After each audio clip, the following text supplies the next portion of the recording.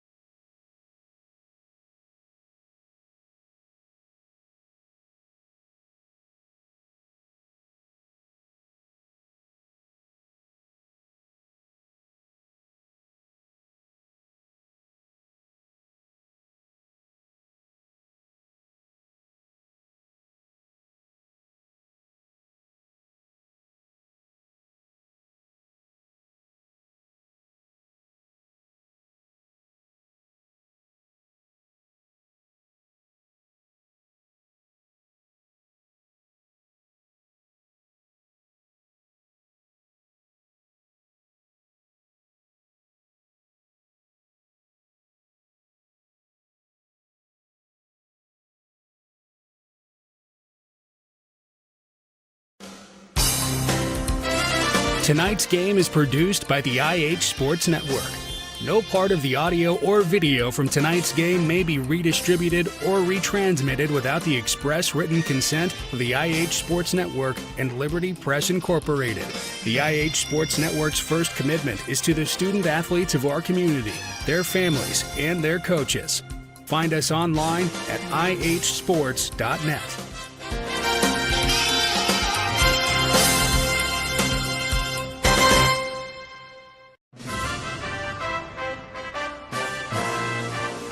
School basketball is on the air. The Oneida Indians, the Scott Highlanders, with Tim Smith, Rick Keaton, and their entire broadcast teams. This is Tennessee's most complete high school basketball coverage. Sponsored by United Cumberland Bank, Scenic Foods, El Rey, Ray's Axe, South Fork Physical Therapy, Lumber King, Potter's Ace Hardware, Salvage LLC, Highland Telephone and Highland Communications, Mark's Family Pharmacy, TNT Car Wash, and by title sponsor, First National Bank. Produced by the IH Sports Network, high school basketball begins now. Welcome to Highlander basketball. Tonight the Highlanders are on the road to wrap up the 2021-22 basketball regular season. And after tonight, hey, both teams will be playing at Anderson County on Thursday night as the first round of the District 4 tournament begins this Thursday. That'll be between the 2 and 3 seeds. That'll be the Scott Highlanders as the 2 seed. The 3 seed will be Knox Halls. Welcome into our basketball. As I said, you're going to follow Highlander basketball tonight on the IH Sports Network. Go to ihsports.net and you can follow the links to pick up and follow the game. Whether it's on our website, whether it be YouTube, whether it be Facebook, you can follow Highlander basketball tonight from Gibbs High School. I'm Rick Keaton. I'll have you play-by-play. My broadcast partner, Woody Keaton. He'll have the scores, statistics, analysis. We've got Cameron Parker behind our IHSN camera and Ben Garrett, our producer-director tonight. And Ben has chosen to stand up because he can't see over the rail.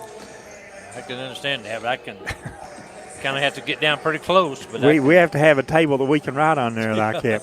The Scott High girls, here's an interesting statistic, interesting number here. They've won 8 out of the last 10 games.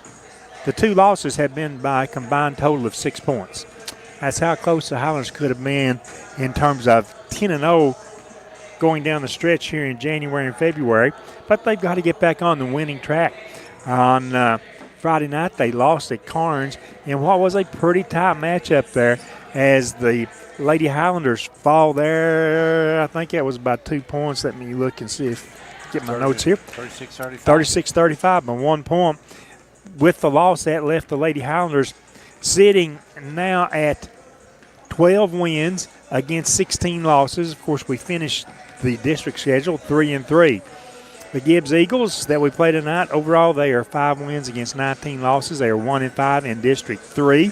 AAA, a team we could see possibly again next Monday or Tuesday as far as that goes, because tonight's matchup is a region opponent. It's in Region 2, it's District 3, District 4. After we both have our district tournaments, then we'll go up against the opposing teams in the region. Both teams just have 4 teams, so I guess what I said, we may not necessarily play Gibbs, but we're going to play somebody out of this District 3, and that's one of the things that we've got to look at right there. Our Scott High boys, we've won 8 out of 11 games since we returned to school on January 1st. Of the 3 losses, yes, we've lost those 3 games by a total of 15 points. So we're there. Sometimes it's just who's going to make the right shot. Can we get a lead, and can we maintain a lead going down the stretch in the fourth quarter? Those are the things that we've got to watch for coming into the night, especially for our Highlanders. Yeah, by taking the back-to-backs, that's the first time for his boys was back way, I guess, there in December, I guess, when it was.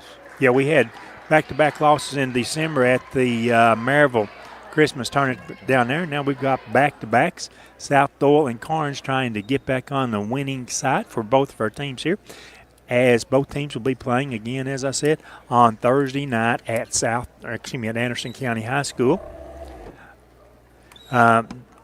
Between either at halftime in the girls' game or between games, we'll talk and we'll set up the district tournament for you for our Highlanders and also look at the district tournaments in District 3.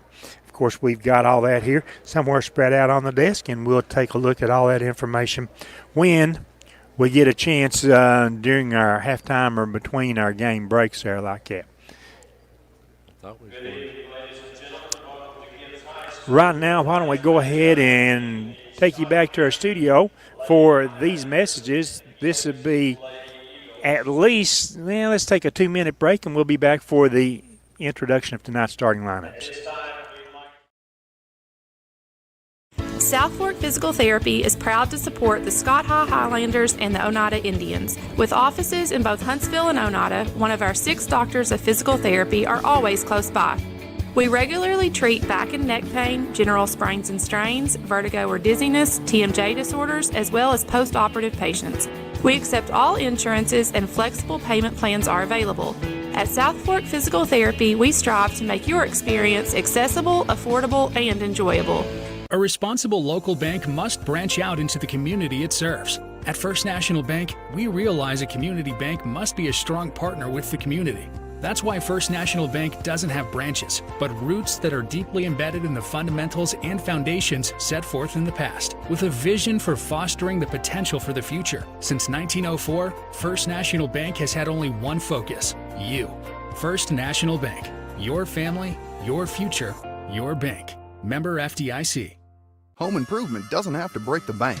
At Salvage LLC, we have everything you need to finish your new home or to give a makeover to your existing home. From a full line of laminated and vinyl flooring to interior and exterior doors to crown molding and baseboards, start your next home project at Salvage LLC. Stop by and check out our model kitchen setup for ideas on how to take your kitchen from functional to stunning. Salvage LLC is located on Industrial Lane in Oneida. Open 8:30 a.m. until 5 p.m., Monday through Friday.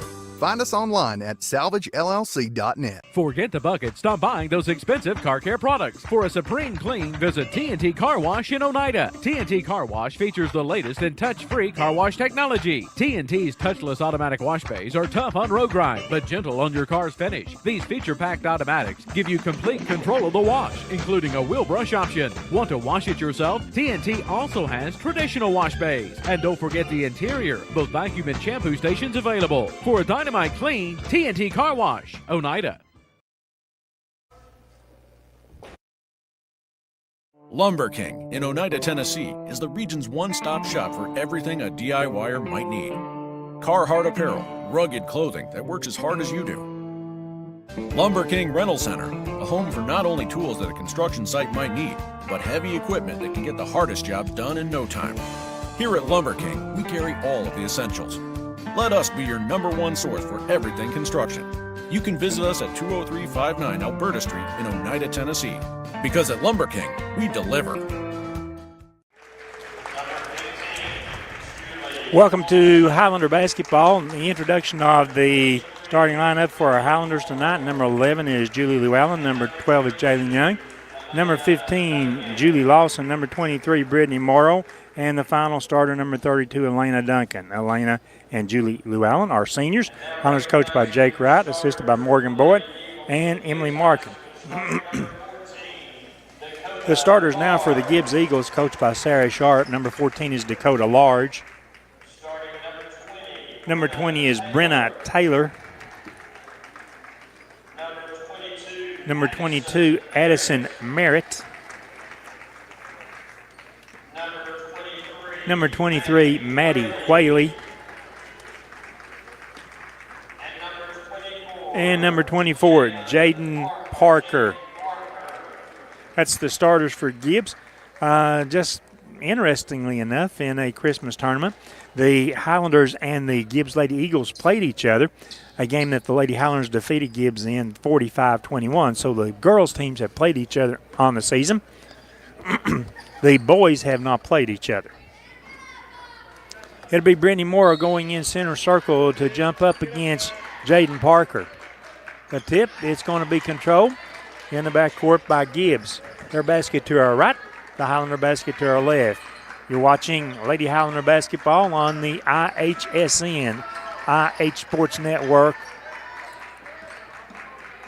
Gibbs opening against the 3-2 Highlander zone. The Highlanders in the dark uniforms, Gibbs in their home whites. With a basketball out on the wing that's trying to drive was Merritt, and she draws the foul. Number 11, Julie Llewellyn. Gibbs basketball, they'll inbound baseline right side. They get the ball into the post on the right side, shot too hard, getting her own rebound, and then blocked and recovered. The block that time was by Brittany Moore. She has the basketball, setting up the Lady Highlanders offense for her first possession of the game. Gibbs opens in a 2-3 zone over to Moore on the left wing. Cross-court skip pass is intercepted. Going the other way, this is Parker with it. Gives the ball up, and then Moore knocks the ball out of bounds. Her second block. Gibbs basketball, baseline right side. The Highlanders in the man-to-man on the inbounds. Pass comes outside. Trying to drive there is Merritt. Merritt around two defenders, and the reach in will be Jaden Young to pick up her first foul, second Lady Highlander team foul.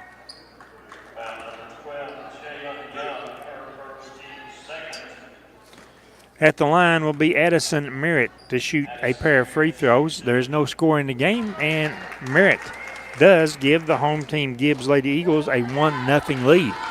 Just underway with about 7:05 to go in the first quarter. Second free throw also good by Merritt, and it's a 2-0 lead. And Gibbs tries to press the Highlanders, and they do come up with a steal. They'll reset their offense. Highlanders try to bounce back to the zone. Inside, posting up low on the right side.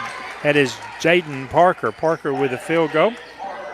Gives a 4-0 lead, and then Parker almost with another takeaway. The Highlanders on two possessions. They have not handled the Gibbs press well at all. This time, Elena Duncan will inbound the ball. We had two bad passes.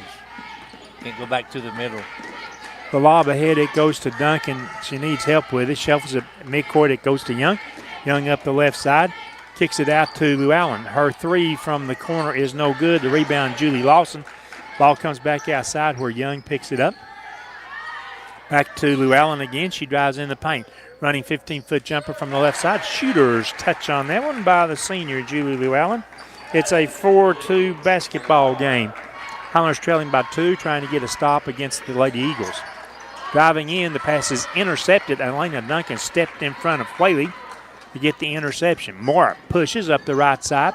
Has that opening high floater driving to the basket. Shot no good, but Brittany will go to the line to shoot a pair of free throws. Taylor on the foul. Brittany Moore with 2 free throws, a chance, if she makes both of them, to tie her game. We have just over 6 minutes remaining, and the first toss is good by Brittany. It's a 4-3 lead for Gibbs. Lawson, Llewellyn, Young, Duncan, and Moore, who misses her second free throw on the court. The usual starting five for Coach Jake Wright. Cross court, the pass comes. Trying to step in there and steal it. The Highlanders unsuccessful to do so. The shot was no good. Rolled off the rim. Second try by Gibbs, no good. They get another offensive rebound. Out top of the key, long three, no good. This time Moore says, I better jump in there. I'll rebound the basketball, coach, and we'll set up our offense. Moore straight down the middle of the court. Drives in, high off the glass, it won't go. Fighting for the rebound. It's on the floor. It's still down on the floor. If Gibbs has it, she walked with it when she rolled over, and their coach, Sarah Sharp, calls a timeout. Let's join the teams early during this break. 5 minutes, 27 seconds to go. It's Gibbs 4, Highlanders 3.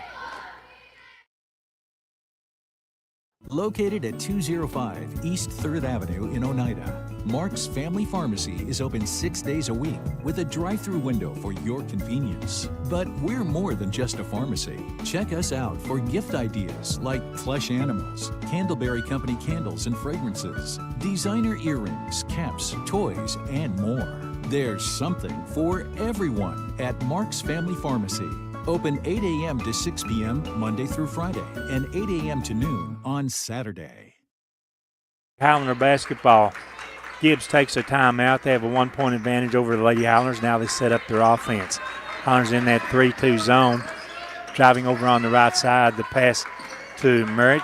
They try to force it inside. The soft jumper up off the glass by Brenna Taylor. 6-3. Gibbs doubling the Highlanders, and now we throw the ball away in the front court, trying to go from rear court ahead up the left side to Llewellyn. Couldn't get to the basketball.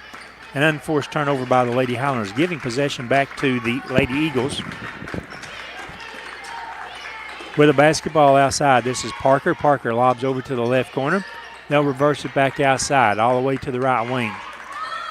Merritt will drive, pulls up, shoots over a Highlander. Shot comes up short, gathered back inside.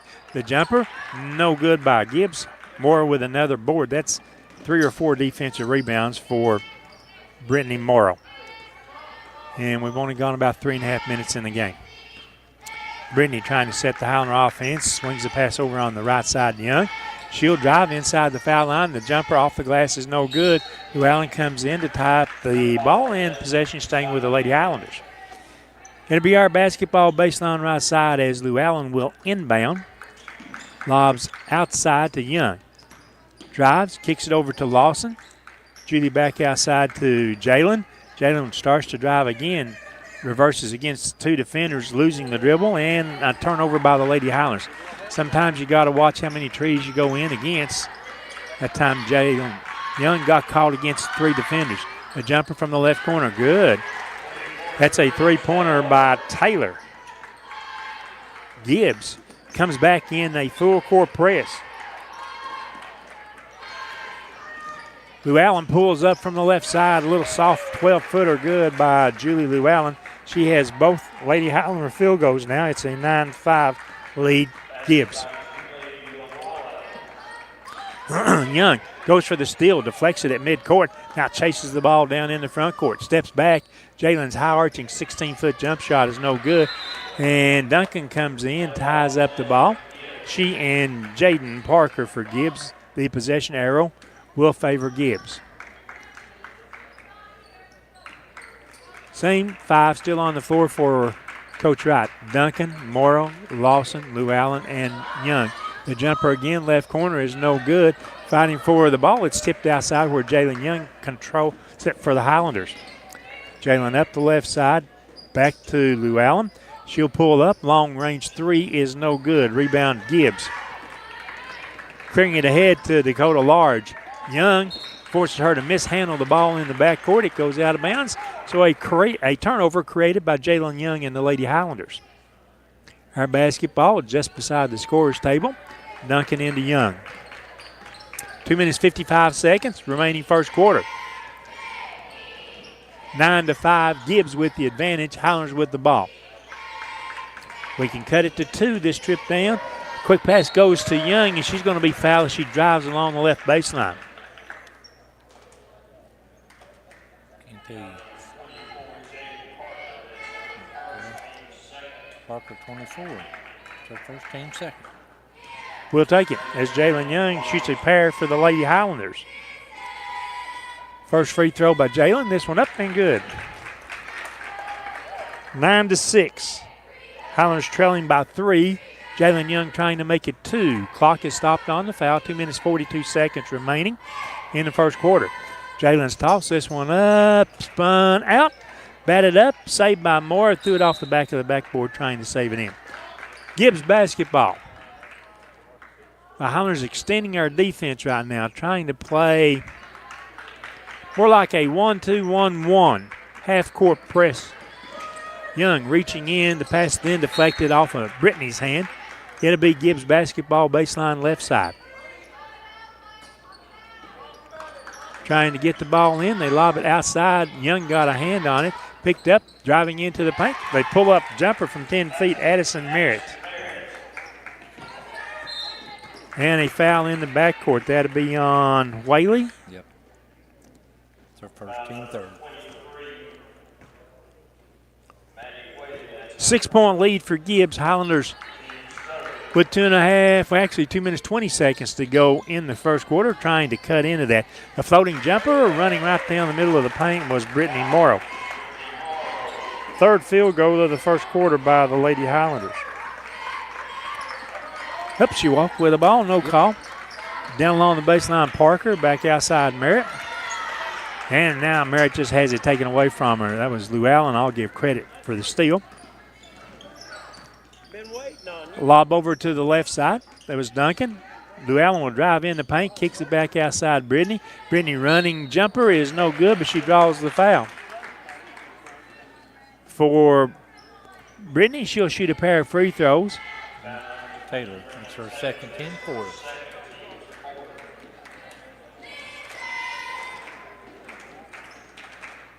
First toss for Brittany is no good. 8-11. Highlanders 8, Gibbs 11. 3-point lead for the home team, Lady Eagles. Brittany Moore with this free throw could cut it to 2 points. The shot rolls off the edge, no good. And then He's over her back. I think Parker, besides being off her back, hit it last. Yeah. Over her back would be Lady Highlander Elena Duncan.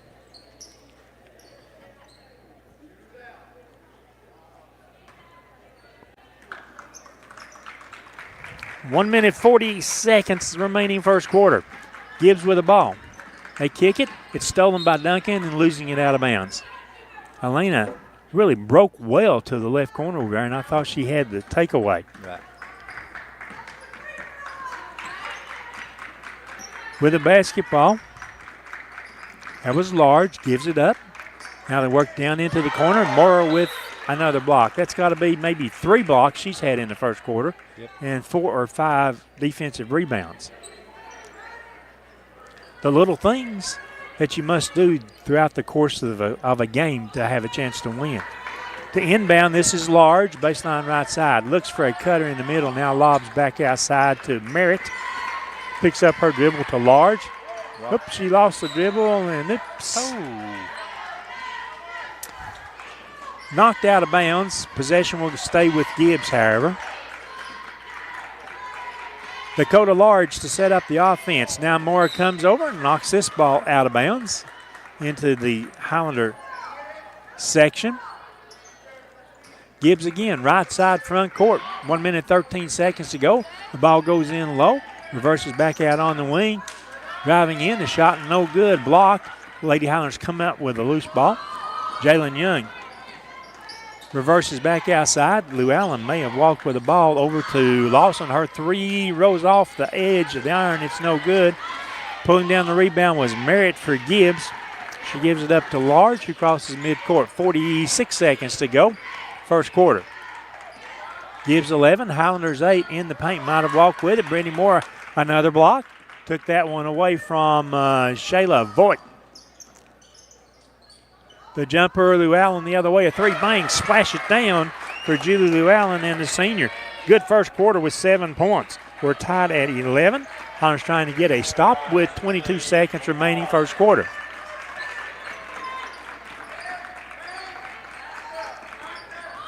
The ball deflected. Fighting for it, that'd be Moore. Could not control it. Now Llewellyn takes the ball. Took it away from Dakota Large. Highlanders with a chance. 5 seconds to go. Jalen Young up the left side, back out to Llewellyn. Launches a long-range 3. Yep. Man, you had the line, Woody, from where you're sitting at right there, and I thought it was going to go too. After 1 quarter of play from Gibbs High School, it's our visiting Lady Highlanders 11. The home team, Gibbs Lady Eagles 11. We'll step aside for this break and be back with the second quarter after this message. The superior technology of fiber optics carries a communication signal that is more robust and reliable than older technologies. Connecting homes and businesses directly to fiber optic networks enables enormous improvements in what bandwidth devices are capable of delivering. Experience Highland Communications' world-class broadband, delivered over Highland Telephone Cooperative's fiber optic network to make your online experience extraordinary. Highland Telephone and Highland Communications. World-class connections with a local, hometown touch. Welcome into Lady Highlander basketball. After 1 quarter from Gibbs, it's Highlanders 11, Gibbs Lady Eagles 11. It'll be Lady Highlander basketball to start the second quarter. Coach right to his bench. We see number 4, Zoe Terry, checking in. Number 34, Brianna Jeffers. They'll join on the floor, Brittany Moore, Jalen Young, and Julie Llewellyn. He'll pass over on the right wing. Moore back outside. We'll see if the Highlanders can solve this 2-3 zone and Young walk with the ball. Wanted to throw the ball. I'm going to guess and say it looked like Moore was going to break baseline right, and it looked like she was going to try to throw the ball inside to her, and Brittany stopped, did not break, and Jalen had already committed. Outside, this is Large with the basketball. Gives it up over on the left side. Ball reverses back outside. Large will try a three-point shot. This one is no good. The ball's on the floor. Jalen Young comes out with it. Between her and Brianna Jeffers, they were able to control the basketball. Terry drives, tries to punch the ball into Jeffers. Could not, and it went off of Brianna. Zoe couldn't save it. It is a turnover. Possession going back to the Gibbs team. Dakota Large with the ball. Lobs all the way up on the right side. They do a backdoor cut. Having to chase the ball down over there might have been Taylor. And then Terry jumps in front of Merritt, and knocks it into the Highlander bench.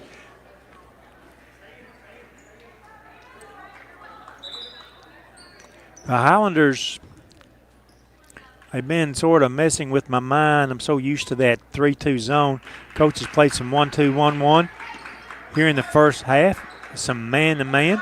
The pass comes along the right baseline. The jumper there, little sort of half hook by Jaden Parker. Gives her 4 points. And Gibbs with a 2-point advantage. Terry from midcourt ahead to Llewellyn. Stops. Gives the ball back behind her to Terry.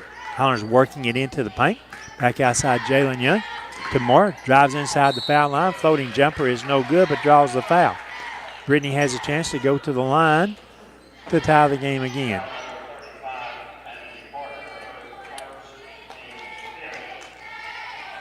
Now Brittany Moore back to the line. So far she's 1 of 4 at the stripe in the first half. Very uncharacteristic. This first free throw, shooter's roll on that one by Brittany. Makes it a 13-12 game. Highlanders trailing by 1. Moore can tie it with this free throw. Too hard. Ball comes back outside. It's rebounded by Gibbs. Large kicks it ahead up, and she walked ahead up the left side. Excuse my excitement there, because I thought should there'd be a call. As I say that, the pass is intercepted by Llewellyn. Highlanders quickly to the front court. Moore, a quick pass inside to Jeffers. Couldn't handle the ball. It's then picked up on the loose ball by Gibbs. Highlanders appear to still be in the 3-2 zone. They're just extending that zone more. The shot, the miss, Jalen Young, the rebound, pushes quickly up the right side. Reverses back to the left to Jeffers. Back to Llewellyn. Her three up. It's no good. Chasing it down, Zoe Terry. In the right corner, turns, launches. Her three is off the mark. The rebound, Gibbs. That was Parker who had the rebound. In the front court. The ball comes to the right wing. She walked into the paint. The jumper partially blocked by Brittany Morrill, so put her down on the score sheet for another block. Young in the front court, drives in, tries to get it off the basket, could not. It's picked back up by Llewellyn. Coach Wright hollering from the bench, telling his ladies what play he wants them to run. Jalen Young, cross court, it comes to Llewellyn. Tries to go inside to Terry. Low pass deflected, taken away by Gibbs. It's a 1-point lead for Gibbs at 13-12. Hunt's trying to get another takeaway. In the paint, Moore got another block. And instead they'll call Brittany with a foul. I thought it was ball first. Yeah. Guess that's why I can't be a referee. You hit the ball first, takes the foul out of the play. The foul shot, it's a banker by Jaden Parker. Sub in number 15, Abby Buckner for Gibbs. Parker's second free throw. This one, no good. She couldn't pull the bank job on that one. That's 14 turnovers already in the first half. Oh, my.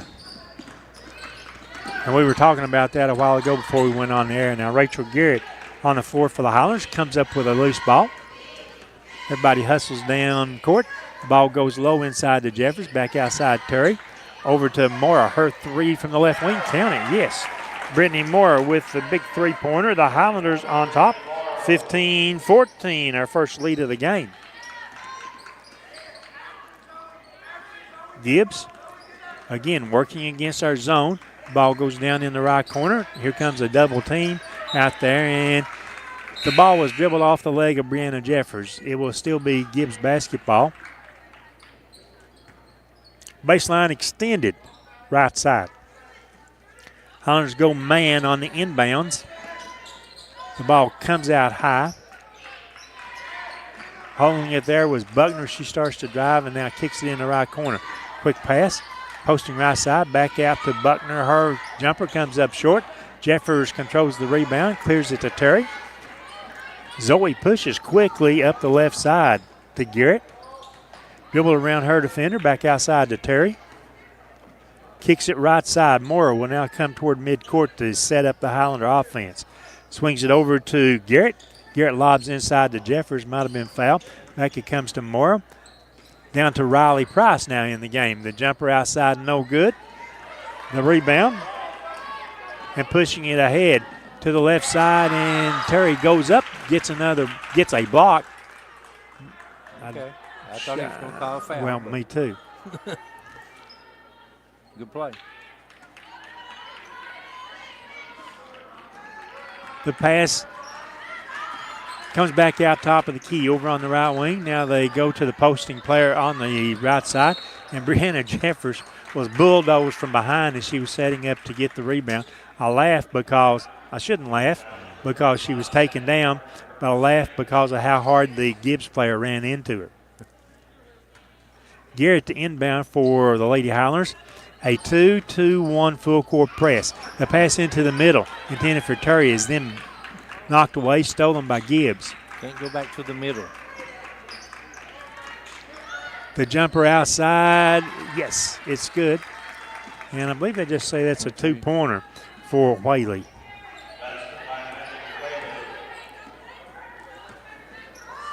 The lob to Jeffers. Back midcourt it comes to Morrow. Brittany looking. The Highlanders will have a high post player as a screen. Back to Price. Now back to Morrow. Cross court it comes to Garrett. 18-foot jumper. Oh, got the shooter's roll on that one. The sophomore with a basket. And that made basket gives the Highlanders a 1-point lead again at 17-16. 2 minutes, 24 seconds to go in the first half. And Garrett will lean into the Gibbs player. And Whaley makes the basket. Will go to the line on the foul for a three-point opportunity. The foul on Garrett. Sub in as Taylor checks back in for Gibbs. Going to the line for the three-point opportunity is Maddie Whaley. The the free throw shot is no good. Now fighting for it's on the floor. Garrett comes up with it. Kept it alive, and the Highlanders will try to score. Trailing by 1 point now at 18-17. 2:05 to go in the game. That's Jeffers working in the paint. Scoops it up off the glass. Good by Brianna. Her first points in the game. It's now a 1 point lead for the Lady Highlanders, 19-18. Gibbs, they get it into the post player left. Cross court from the right corner. Long three that's off the mark and knocked out of bounds by one of the Gibbs players. Gibbs with a sub coming back in as Merritt. On the floor for the Highlanders, Zoe Terry, Brittany Moore, Riley Price, Brianna Jeffers, and Rachel Garrett, who entered the ball for the Highlanders. Working against the zone, he comes over on the left side to Price. Eludes her defender, rushes up the left side, picks up the dribble. Ball comes back outside. Moore will chase it down and reset the Highlander offense with 90 seconds to go first half. Garrett had it, kicks it back outside. Quick pass goes inside to Price. Off the glass, good. Riley Price. I would give the assist to Zoe Terry. Yep. 21-18 now, Highlanders. Our largest lead, which is 3 points. 65 seconds to go in the first half. Driving, Jeffers, tall player standing there, got a hand up, and the ball comes back out, and working against two defenders would be Gibbs Brenna Taylor. She draws the foul, going to the line to shoot two, and the foul was on Brittany. First free throw is no good by Taylor. On the foul, the clock stops with 57 seconds to go. The second free throw is good by Taylor. 21-19, Lady Highlanders advantage with the basketball, and 50 seconds remaining in the first half. Quick pass inside. Yes, count it, the layup. Rachel Garrett, the assist. That would go to Brittany Mora, and Rachel foul will have that three-point opportunity.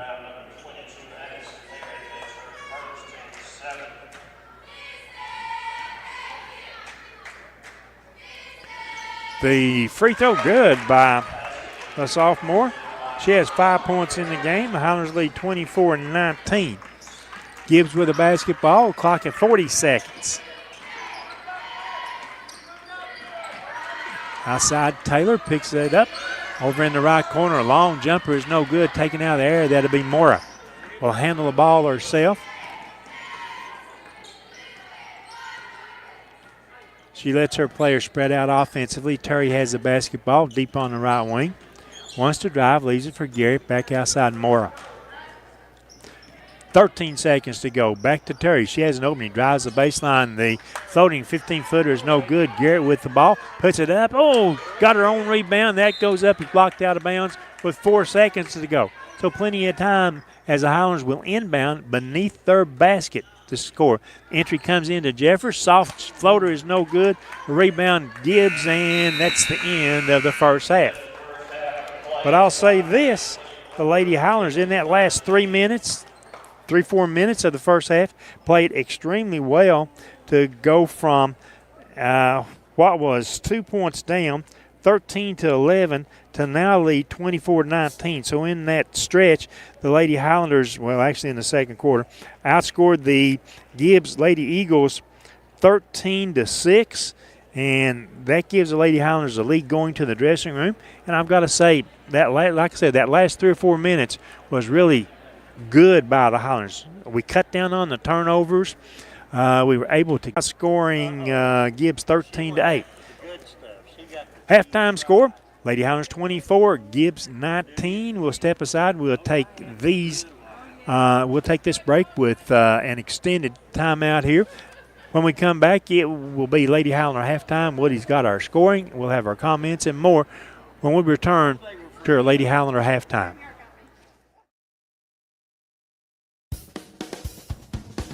Banking is easier at United Cumberland Bank.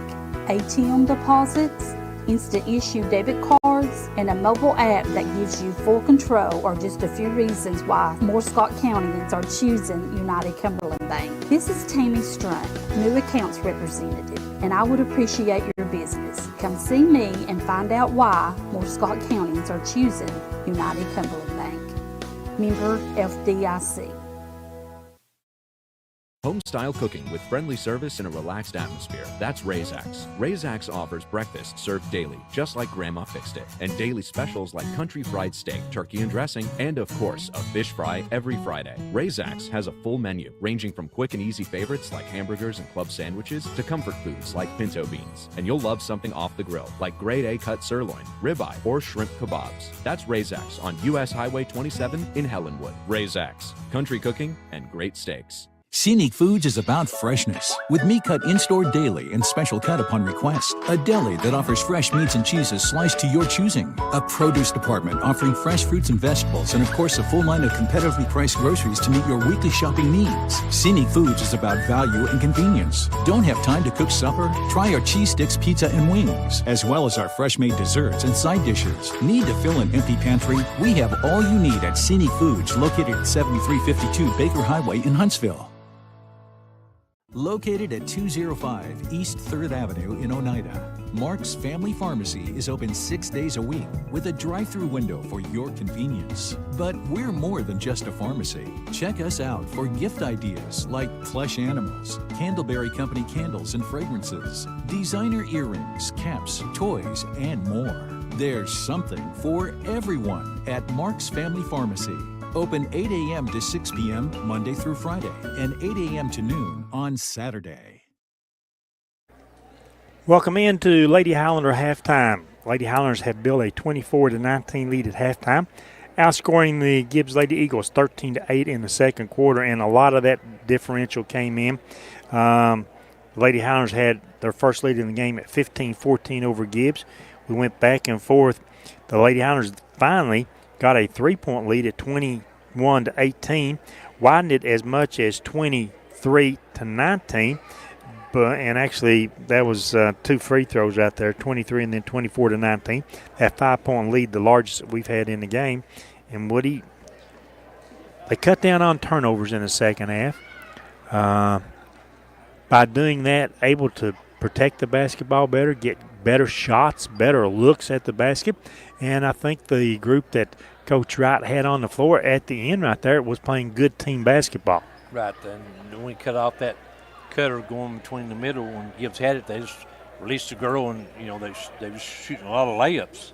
But defensive wise, they played better and kind of watched her as they come through and kind of shut that down a little bit. And they didn't hit very much from the outside. And then we got the ball. Once we got the ball and get to moving down the floor, and made some good inside passes. We missed some, but we also hit some and went to the free throw line and got a couple of 3-point plays out of it. Let's take a look at the first half scoring for each team, please. All right, for Gibbs, Dakota Lords has no points, no fouls. Abby Buckner has no points and no fouls. Bree Taylor has 6 points, 2 fouls. She has 1 3. Addison Merritt had 4 points, 1 foul. Maddie Whaley had 4 points and 1 foul. Jaden Parker has 5 points and 1 foul. And Hayden Parker has no points and 2 fouls, total of 19. They had 1 3. 4 out of 8 from the free throw line, total of 19. For the Highlanders, Julia Llewellyn had 7 points, 1 foul. She had 1 3. Jalen Young has 1 point. Julia Lawson has no points. Brittany Morrow has 7 points, 2 fouls. She has 1 3. Lena Duncan has no points, no fouls. Zoe Terry has no points, no fouls. Rachel Gary has 5 points, 1 foul. Brianna Jeffers has 2 points and no fouls.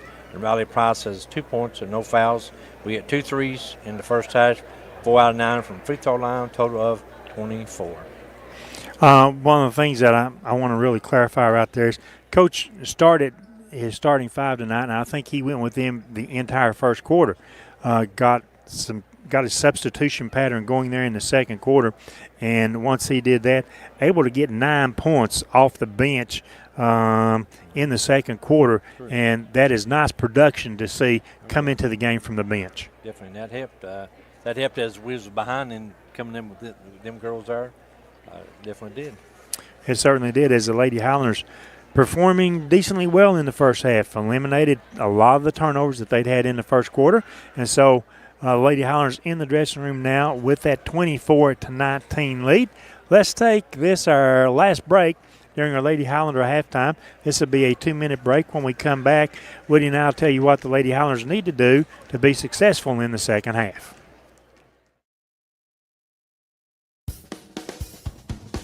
Banking is easier at United Cumberland Bank.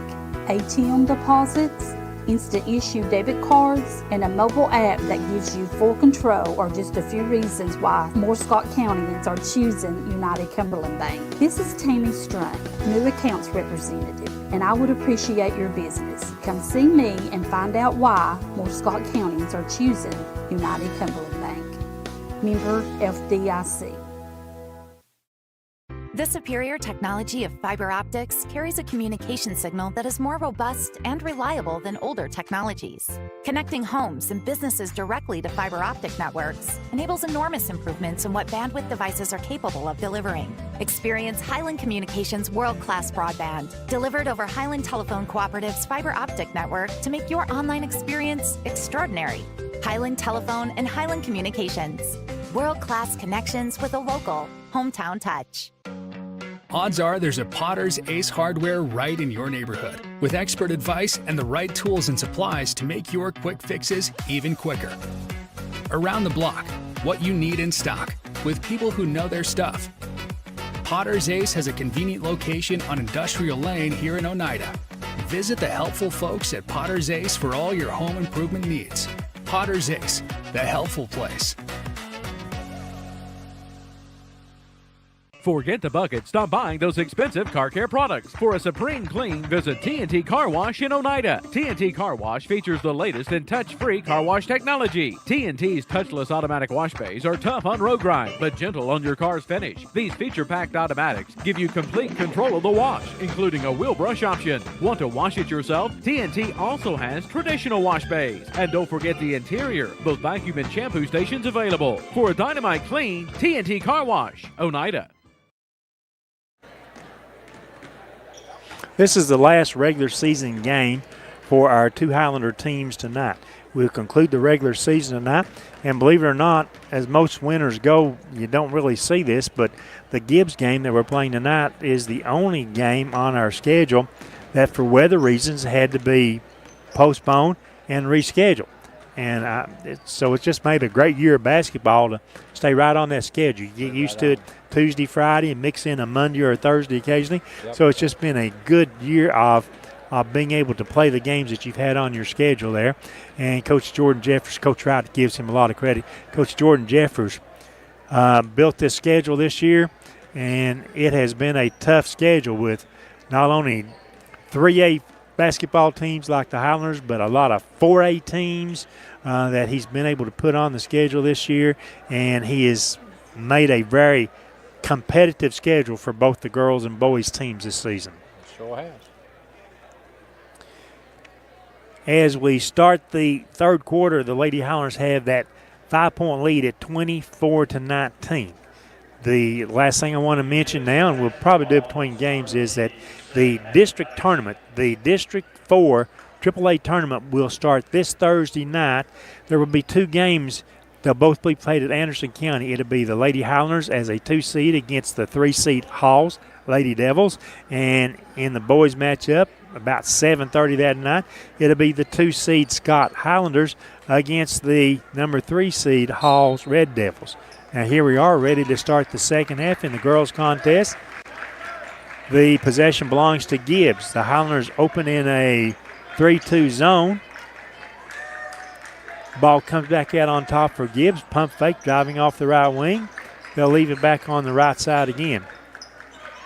This is Taylor with the ball. And as she gave up the ball, starting to drive was Parker, who travels with it. Gibbs, man-to-man, full-court press. The ball comes into Llewellyn. Ahead, too tall for Lawson. It's intercepted in the backcourt. Gibbs with that takeaway from the Highlanders, or I guess more proper to say the Highlanders with the giveaway to Gibbs. Driving baseline, the ball comes all the way in, baseline pass to the left wing. Gibbs will drive in. The ball outside, it's a three-point shot, tipped up, control on the rebound by Brittany Morrow. She'll handle the ball herself. So you've got Morrow, now over to Lawson on the right side. She pulls up from 16 feet out, banks it off the glass. Julie with 9 points, leading the scoring for the Lady Highlanders tonight. It's 26-19. I was going to say for the Highlanders, Jalen Young, Julie Lawson, Elena Duncan, Brittany Moore, and Julie Llewellyn on the floor. That's the original starting five for Coach Wright. Pulling the ball down was Taylor. Gave it up on the post. That's Parker. The long jumper outside. Large with her first score of the game. It's a big three-point shot. Makes the game now 26-22. The jumper no good. Rebound as Carnes takes the timeout. It's 26-22. Lady Highlanders with the lead. We'll stay right here as we just started the third quarter. It has 6 minutes, 22 seconds left. The Lady Highlanders had built a 26-19 lead before allowing that three-pointer. And that is only the second three-pointer made in the game by Gibbs. Yep. So we had done a good job up to that point. Gibbs basketball. After their timeout, the Highlanders extend that zone. It's like a 1-2-1-1, but it's still a version of a 3-2. The Highlanders knock the ball out of bounds. It's Gibbs with the ball. Merritt, the inbound, not baseline, but left side. Out to Large. Large holds the ball out there to see if the Highlanders will come out and defend deep outside. Over to Whaley. Whaley bounce pass to Taylor. Taylor picks up the dribble, cross court right wing. Now out of the right corner. A quick three from there. Shot won't go. Jalen Young the rebound. Wanted to run, now slows the tempo. Kicks it ahead to Lawson. Left corner back outside Young. Over to Llewellyn. Turns the corner, drives along the foul lane and draws the foul as she puts up the shot. 24. Yeah. Julie Llewellyn. A chance to shoot 2 free throws. Trying to rebuild some of that Highlander lead. First toss up by Julie is good. 27-22.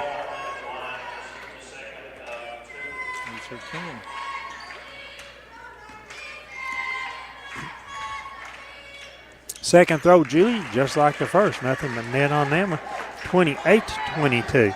Second time the Lady Highlanders have had a 6-point lead. Bounce pass, posting. The jump shot no good. Morrow pulls down and the rebound. Pushes it quickly, straight down the middle. Goes coast to coast with it. High off the glass, it won't go. Llewellyn tries to come in and save the rebound. Cannot, as Julie was the last Highlander to touch the ball before it went out of bounds. Duncan, Lawson, Llewellyn, Mora, and Young on the court. Gibbs all the way to the right corner. Back out, top of the key. Fake the three, that was Taylor. Now took a sidestep left, took the shot, it wouldn't go. Oh, excuse me. I apologize for that. I'll try to control my breathing. Patting me on the back doesn't help, man. It still comes out. Lawson on the foul. Addison Merritt to shoot 2 free throws.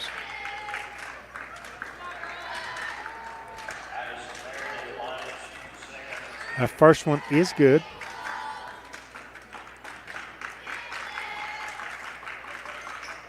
Second free throw, no good. And over the back, Gibbs will be called with a foul. I think that was Parker, 24. It's her third.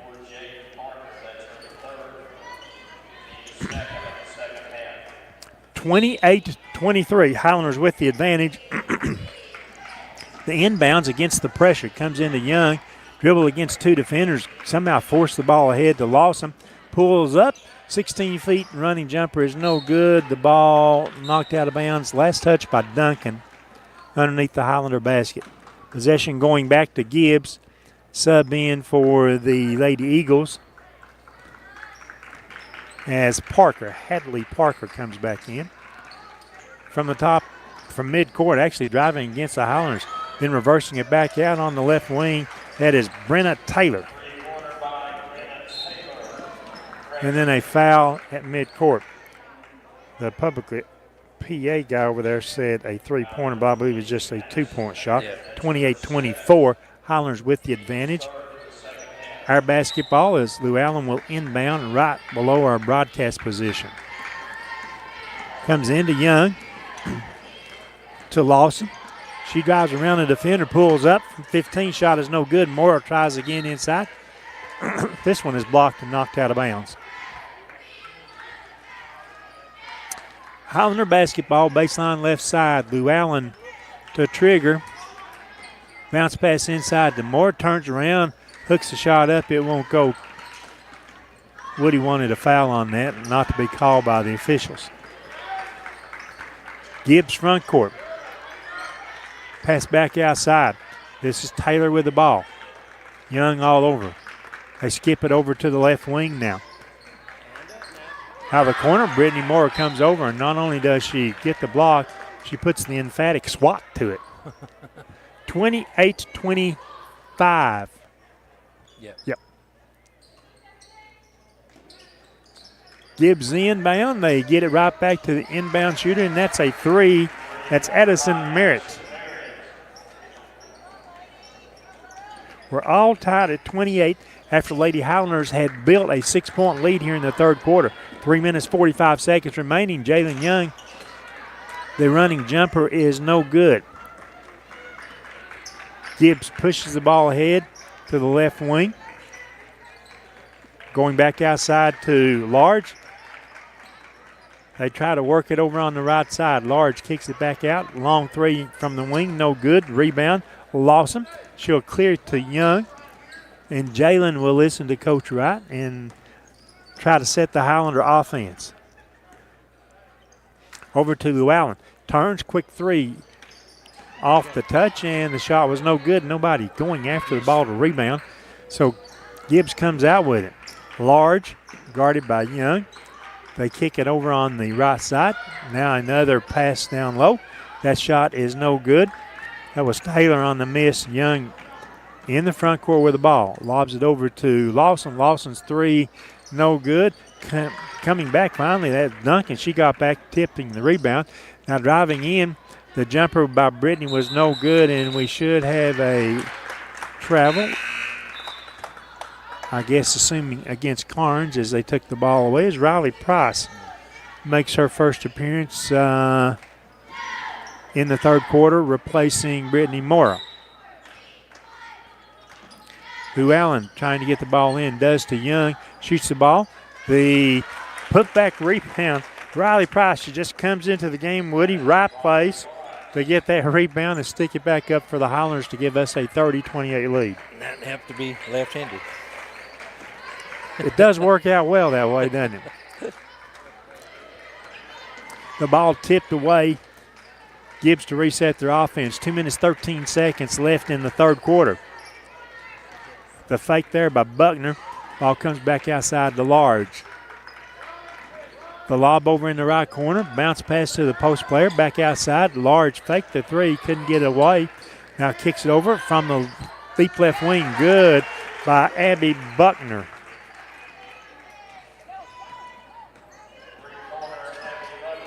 One-point lead for Gibbs. The Highlanders trying to answer back. It's Gibbs 31, Highlanders 30. Into Duncan.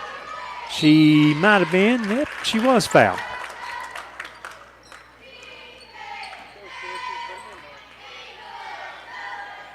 It was. Elena Duncan, a chance at the foul line to pick up her first points of the game, and that first toss is good. We're now tied at 31 each. Elena for the Highlander lead, and she's got it. 32-31, Lady Highlanders. Large in the front court for Gibbs. Now 90 seconds left in the third quarter.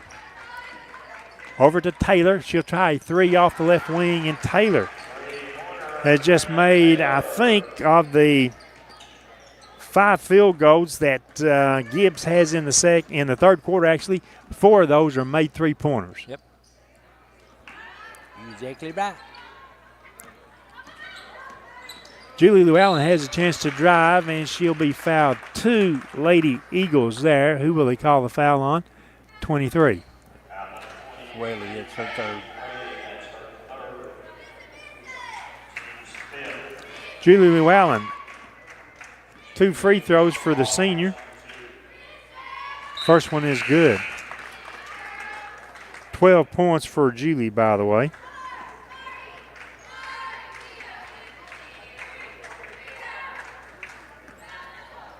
After a sub, this free throw by Julie, a chance to retie the game, and I jinxed her, I guess. The shot was no good. Gibbs comes after the ball, but Elena Duncan hustled. Man went to the floor, knocked it off of the Gibbs player who could not recover. That was Dakota Large as she loses it out of bounds. Good defensive play. 60 seconds remaining third quarter. Zoe Terry makes her first appearance in the second quarter. Terry with the basketball out to Lawson. Her three, top of the key, bang, Julie Lawson. And now Julie on the scoreboard. big three gives the Lady Highlanders a 36-34 advantage. The Highlanders take a timeout. We'll stay right here with 54 seconds to go. 36-34 Highlanders with the advantage. And now, Woody, the Highlanders have to keep adding to that lead. Grow it and grow it and grow it. Exactly, because it seems like Gibbs now is kind of got warmed up on shooting the threes. Like Well, they've said, had four in the third quarter alone. Right. That gives them 5 threes for the game, so 15 of their 34 points on made threes. Them 4 that they've shot, have not really had much defense. They've been out there alone to shoot. And to Gibbs' success, they've been able to pass the ball. There's not a lot of dribbling and stuff. They pass the ball. It may be top of the key, left wing, back to the wing again, right. And those quick passes is what's finding the open player there. And the open player for Gibbs not afraid to shoot it. 4 threes, and that's by 4 different Gibbs players. 48 seconds left third quarter. Gibbs with a basketball, trailing by 2. Highlanders trying to get a defensive stop. Long cross-court pass over on the right wing. Driving down, that's Merritt, who picks up the dribble and travels with a basketball. Lawson was on her, and then Price sort of jumped out, and that little tag team forced the turnover. Price into Llewellyn. Llewellyn ahead to Terry. Terry up the right side, has an opening, drives all the way in. Layup good by Zoe Terry. That got the Highlander fans and cheerleaders excited here. 38-34 Highlanders. Trying to get one more stop with now 20 seconds left in the third quarter. Gibbs, they kick it over to Taylor. Taylor drives right, lobs it. Driving along the baseline, the jumper up, it's no good, and Elena Duncan will pick up the foul. The senior picks up her foul, and going to the line will be Addison Merritt.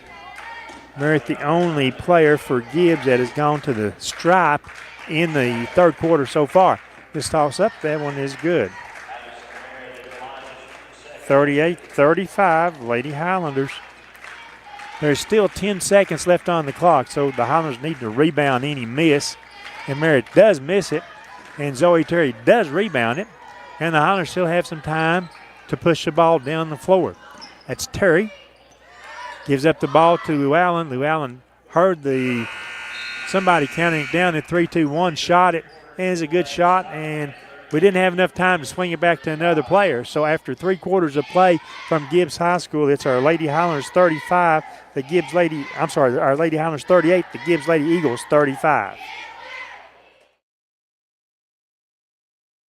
The superior technology of fiber optics carries a communication signal that is more robust and reliable than older technologies. Connecting homes and businesses directly to fiber optic networks enables enormous improvements in what bandwidth devices are capable of delivering. Experience Highland Communications' world-class broadband, delivered over Highland Telephone Cooperative's fiber optic network to make your online experience extraordinary. Highland Telephone and Highland Communications. World-class connections with a local, hometown touch.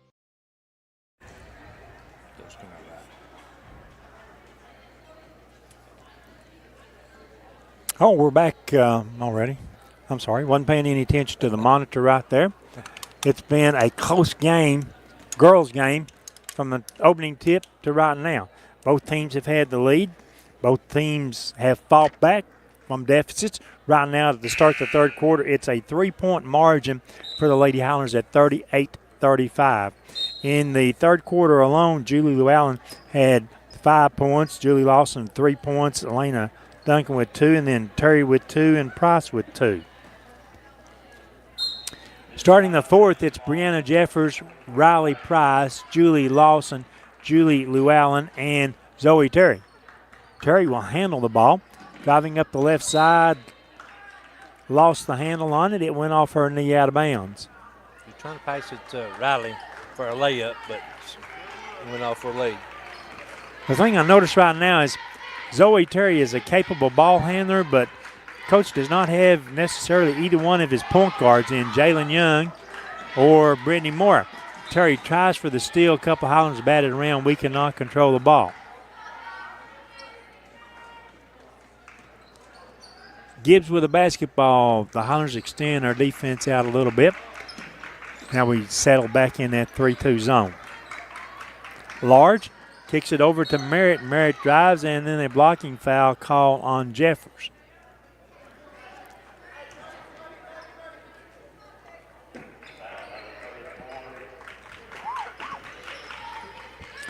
Gibbs trying to get the ball in. They have to lob it outside deep. Trying to turn the corner with it as Merritt kicks it behind her to Large. Large dribbles back outside. Long three-pointer, in and out, no good. The rebound comes back to Julie Lawson. Julie pushes it across midcourt, kicks it over to Price. Price turns, squares, three-pointer, no good. Rebound by Gibbs. They'll clear it ahead to Dakota Large. Large ahead Taylor from the left wing. Trying to get the ball inside to the post and does. Now reversing it back out. Gibbs will reset the offense, swinging it right side down to the right corner. Large with a three. Shot is no good. Gets her own long rebound. Back outside Merritt. Merritt over to Buckner. All the way to Taylor. Drives up the left baseline. Good by Brenna Taylor. 38-37. Highlanders with a 1-point lead. Trying to score outside is lost. Excuse me, that was Lou Allen on a three-point try. Gibbs the miss. Rebound, and they'll put it on their end, trying to work against the Highlander defense. Pass into the paint. Reverses back out. Right wing, the long jumper there is no good. Zoe Terry, the rebound, Lady Highlanders. The pass ahead through Jeffers' hands, picked off by Taylor for Gibbs. 38-37, Lady Highlanders with the advantage. This is Merritt with the basketball. Lobs over in the right corner. Now back out Merritt on the right wing. Cross court comes to Large. Forces a pass inside. The turnaround jumper is no good. Lou Allen the rebound. 5 minutes, 35 seconds to go in the girls' game. 1-point lead for the Highlanders. Lou Allen slows it down. Back to Terry, over to Price in the left corner. Back outside Lou Allen. Wants to drive and does as she goes in. The ball is knocked out of bounds, but there's also a foul on Gibbs.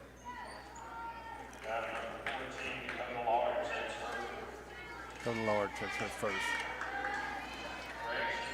Going to the line will be Julie Lou Allen. Foul in the act of shooting. Gets 2 free throws. Highlanders have 4 players waiting at the scorer's table after this free throw. That first one is good by Julie. It's now 39-37. Let's see. Julie stays on the floor along with Zoe Terry, Elena Duncan, Brittany Moore, and Rachel Garrett.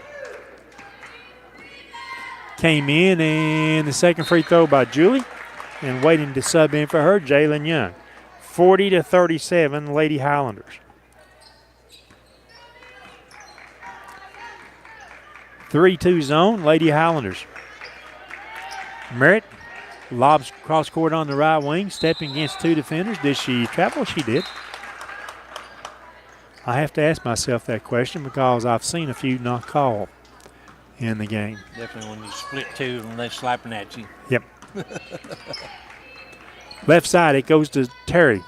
Terry back outside Young. Young drives against 2 defenders. Lost the dribble. The outlet comes to Large. Large kicks it outside on the right. The soft little jumper off the baseline, Parker, is good. 1-point Highlander lead once again. Terry, pump fake.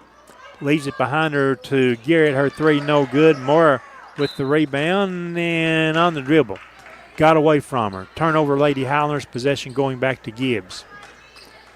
Coach Wright has Garrett, Duncan, Morrow, Terry, and Young on the floor.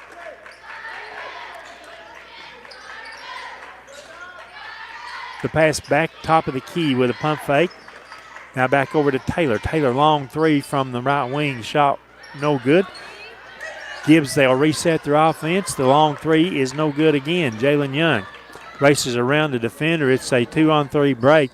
Jalen takes it in. Shot goes up and over the backboard, out of bounds. Coach decides to take a timeout. We'll join the teams with this break. 4 minutes, 11 seconds to go in the game. Lady Highlanders 40, Gibbs 39. Located at 205 East 3rd Avenue in Oneida, Mark's Family Pharmacy is open 6 days a week with a drive-through window for your convenience. But we're more than just a pharmacy. Check us out for gift ideas like plush animals, Candleberry Company candles and fragrances, designer earrings, caps, toys, and more. There's something for everyone at Mark's Family Pharmacy. Open 8 a.m. to 6 p.m. Monday through Friday and 8 a.m. to noon on Saturday. The Lady Highlanders have had 9 players to score in the game, but nobody really consistently. Julie Llewellyn has gone to the foul line and done a great job tonight, making 5 of 6, all those coming in the second half.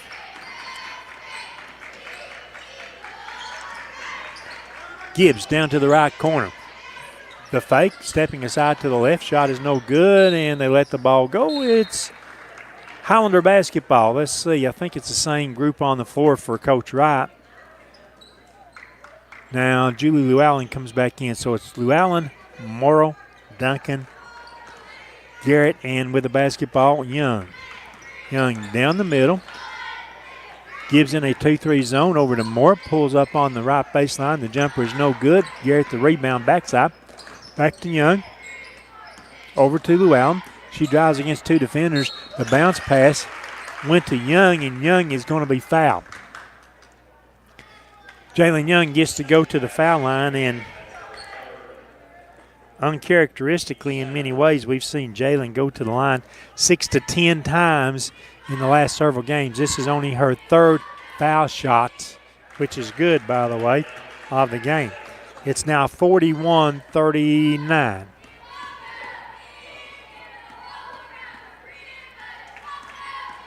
Second toss by Jalen. That one also good. 42-39.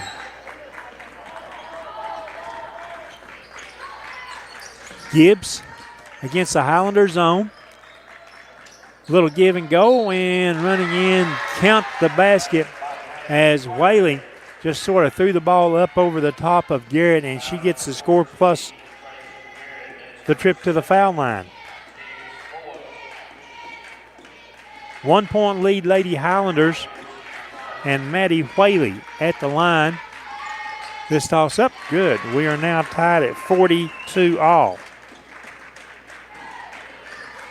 Highlanders with the basketball, a chance to regain the lead.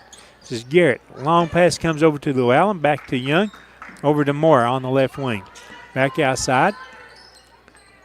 Llewellyn has the opportunity, picks up the dribble, back outside to Young. She'll drive in the paint, dumps a pass inside.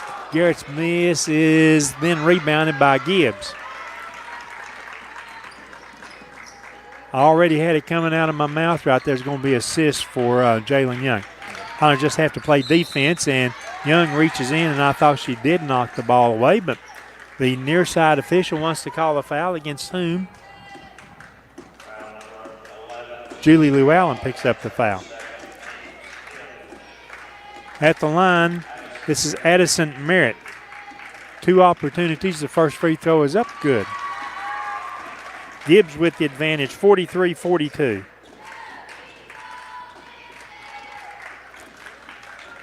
Merritt's second free throw is also good.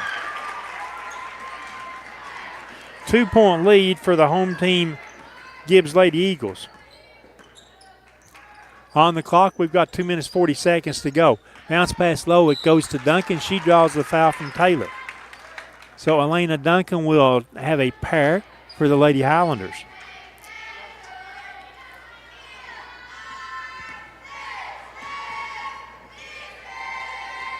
First toss is no good.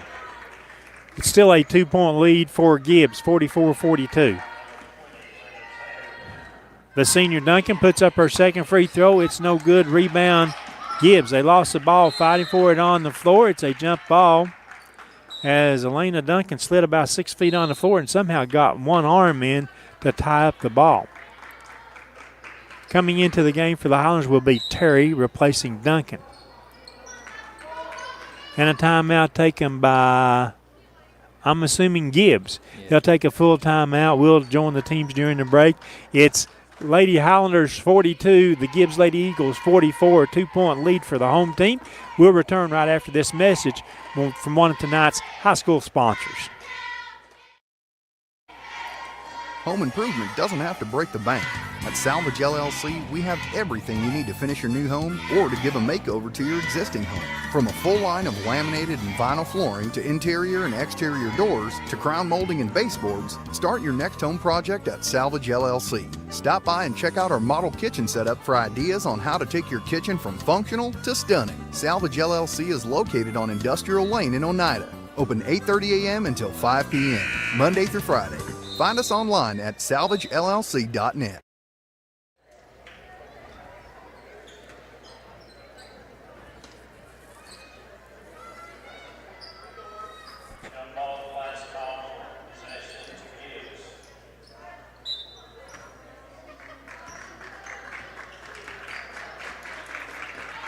As always, I want to thank Sports Network and Oneida Indians all season long. Without them, we couldn't bring you these games, and we ask that you please patronize, and not patronize, but I guess that's the word. Follow those sponsors, and if they're retail sponsors, please support them as they support us. The ball finally stripped away by the Lady Highlanders. Less than 2 minutes remaining in the game.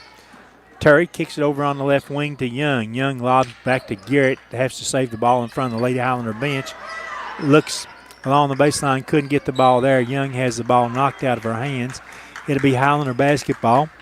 Will inbound in front of the Highlander bench with Llewellyn to inbound the basketball. 44-42, Gibbs with the lead. Now 1 minute, 42 seconds to go in the game. Outside, Young to Garrett. Garrett in the paint, drove against two defenders. Ball blocked from behind, and Gibbs comes up with it. There's a foul on the floor. Llewellyn picking up the foul. Third. I believe that's the 16th foul against the Lady Highlanders. Yeah. Gibbs basketball after the foul. Little pass into the front quarter. Goes to Whaley. Whaley back outside Taylor. The Highlander defense trying to give chase. They'd like to get the ball back. Ball comes cross court, and Garrett got a hand on it. Rachel just couldn't hustle and save the ball to get it back inbound. It was a good hustle to get there. And I don't mean she wasn't hustling trying to save the ball. She was hustling to try to save the ball. It's Gibbs basketball. They'll inbound. It comes into Whaley. Gave it up. Works all the way to Taylor. Taylor, long pass and throws it away. Intending it for Whaley. Way down in the front corner. Threw it away. 1 minute, 8 seconds left in the game. Highlanders trying to tie or possibly take the lead this trip down. Young kicks it right to Llewellyn. Now to Mora. Back to Llewellyn. Now to Young. Over on the left wing. That's Terry with the ball. Back to Young. Young drives. Left it for Terry. Out on the wing. Now Mora. She'll drive. Pulls up along the baseline. Ball comes back outside. Young cuts into the paint. Now Llewellyn. High arching three. Bang from the top of the key. Julie Llewellyn makes the three. Coach Wright takes the timeout. It's a 45-44 lead for the Lady Highlanders, and we'll join the teams during this break. 40 seconds remaining. We'll be back in 30.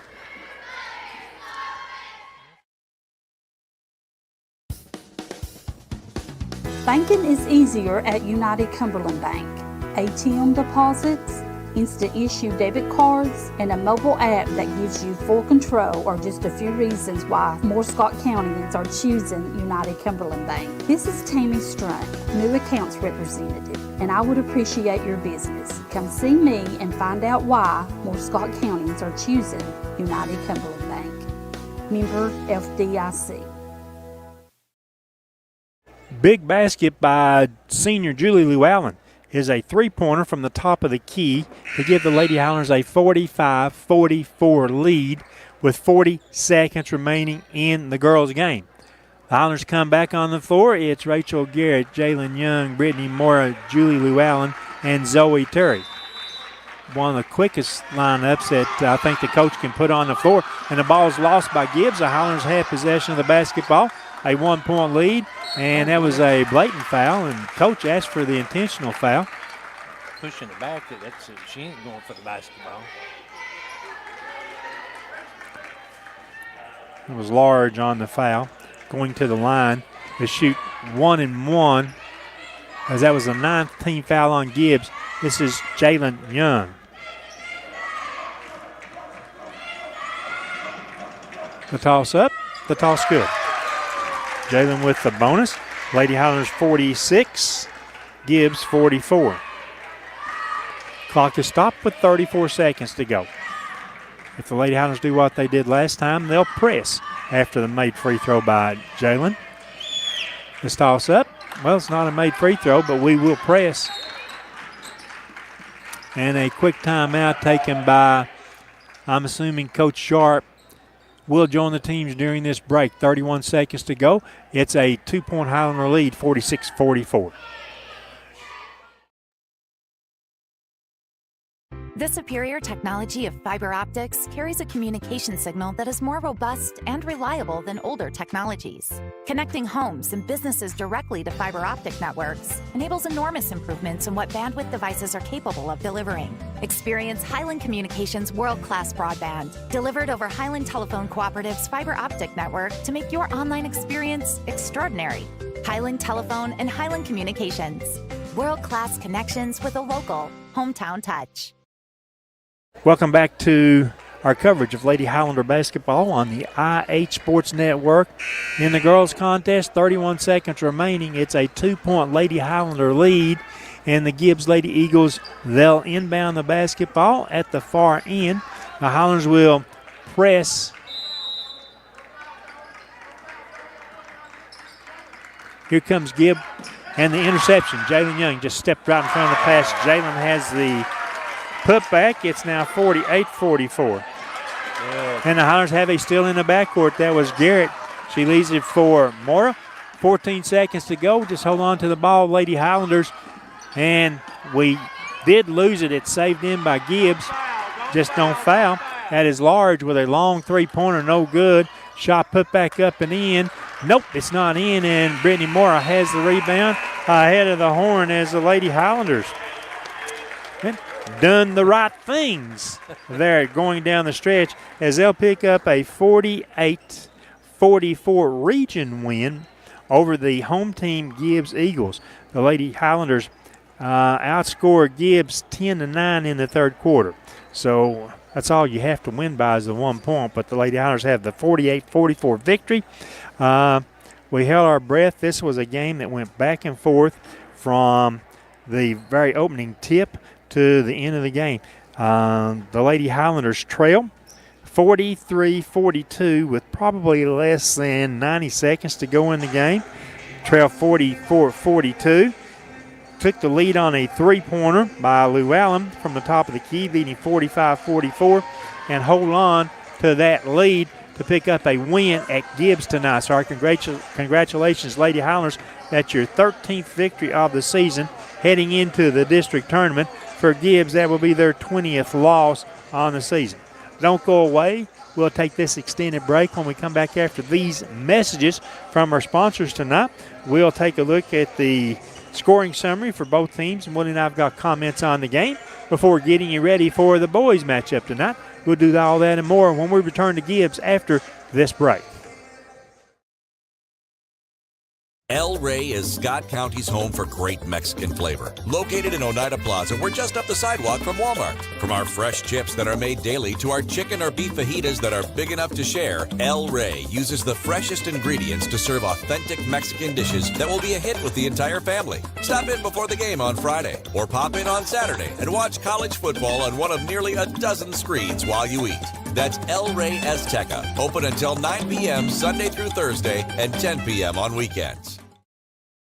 Home-style cooking with friendly service and a relaxed atmosphere. That's Ray's Axe. Ray's Axe offers breakfast served daily, just like Grandma fixed it, and daily specials like country fried steak, turkey and dressing, and of course, a fish fry every Friday. Ray's Axe has a full menu, ranging from quick and easy favorites like hamburgers and club sandwiches to comfort foods like pinto beans. And you'll love something off the grill, like grade A cut sirloin, ribeye, or shrimp kebabs. That's Ray's Axe on U.S. Highway 27 in Helenwood. Ray's Axe, country cooking and great steaks. A responsible local bank must branch out into the community it serves. At First National Bank, we realize a community bank must be a strong partner with the community. That's why First National Bank doesn't have branches, but roots that are deeply embedded in the fundamentals and foundations set forth in the past, with a vision for fostering the potential for the future. Since 1904, First National Bank has had only one focus: you. First National Bank. Your family, your future, your bank. Member FDIC. South Fork Physical Therapy is proud to support the Scott Highlanders and the Oneida Indians. With offices in both Huntsville and Oneida, one of our 6 doctors of physical therapy are always close by. We regularly treat back and neck pain, general sprains and strains, vertigo or dizziness, TMJ disorders, as well as post-operative patients. We accept all insurances and flexible payment plans are available. At South Fork Physical Therapy, we strive to make your experience accessible, affordable, and enjoyable. Odds are there's a Potter's Ace Hardware right in your neighborhood, with expert advice and the right tools and supplies to make your quick fixes even quicker. Around the block, what you need in stock, with people who know their stuff. Potter's Ace has a convenient location on Industrial Lane here in Oneida. Visit the helpful folks at Potter's Ace for all your home improvement needs.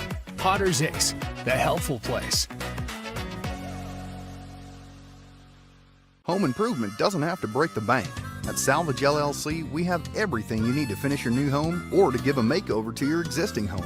From a full line of laminated and vinyl flooring to interior and exterior doors to crown molding and baseboards, start your next home project at Salvage LLC. Stop by and check out our model kitchen setup for ideas on how to take your kitchen from functional to stunning. Salvage LLC is located on Industrial Lane in Oneida. Open 8:30 a.m. until 5 p.m., Monday through Friday.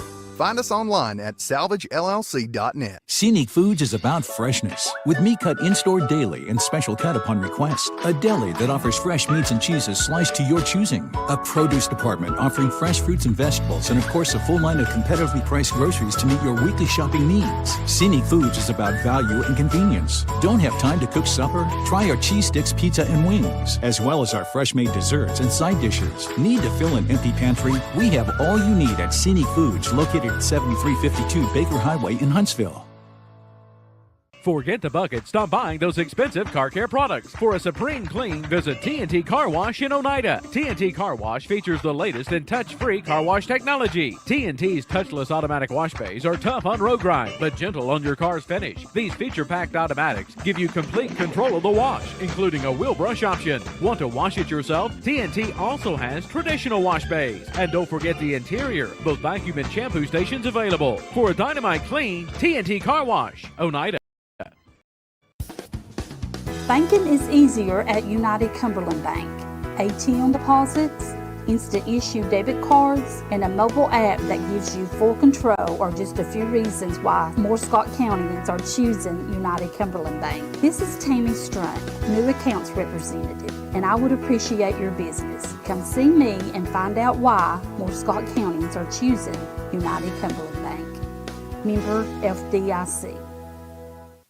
Located at 205 East 3rd Avenue in Oneida, Mark's Family Pharmacy is open 6 days a week with a drive-through window for your convenience. But we're more than just a pharmacy. Check us out for gift ideas like plush animals, Candleberry Company candles and fragrances, designer earrings, caps, toys, and more. There's something for everyone at Mark's Family Pharmacy. Open 8 a.m. to 6 p.m. Monday through Friday and 8 a.m. to noon on Saturday.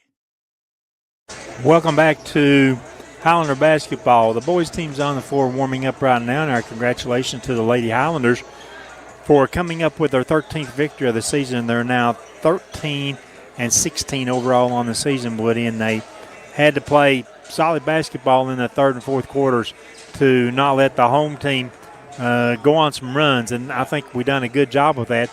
but held our breath that last 2 minutes of the game. Yeah, it definitely was. And we got some big steals there at the end of the game. Hang on just a second. Let me turn that. Okay, now go. My bad, buddy. That's okay. We got some steals there at the end. Jalen got that one scored there to kind of put us up a couple more points, and we got some free throws. But it's all around good game. We kind of struggled at different parts of the game, but it all matters. We come out with the W. Indeed, a 48-44 victory for the Lady Highlanders. Now let's go ahead and look at the end of the game scoring. Dakota Large had 3 points. That was on a 3. Abby Buckner had 3 points. That was on a 3. Brianna Taylor had 13 points. She had 2 threes. Addison Merritt had 11 points. She had 1 3. Maddie Whaley had 7 points. Jaden Parker had 7 points. Total of 44. They hit 4 threes in the second half, 5 out of 7 free throw line for the game. They hit 5 threes, and it was 9 out of 15 for the free throw line for the game, a total of 44. For the Highlanders, Lou Allen had 17 points. She had 2 threes. Jalen Young had 6 points. Julia Lawson had 3 points. She hit a 3. Brittany Morrow had 7 points. She also hit a 3. Elena Duncan had 2 points. Zoe Terry had 2 points. Rachel Gary had 5 points. Brianna Jeffers had 2 points. And Riley Price had 4 points, total of 48. We had 2 threes in the second half, 10 out of 14 from the free throw line for the game. We had 4 threes and 14 out of 23 from the free throw line. I just looked at those numbers. When I did that and I looked at the total free throws, 14 to 23, I'm thinking, what?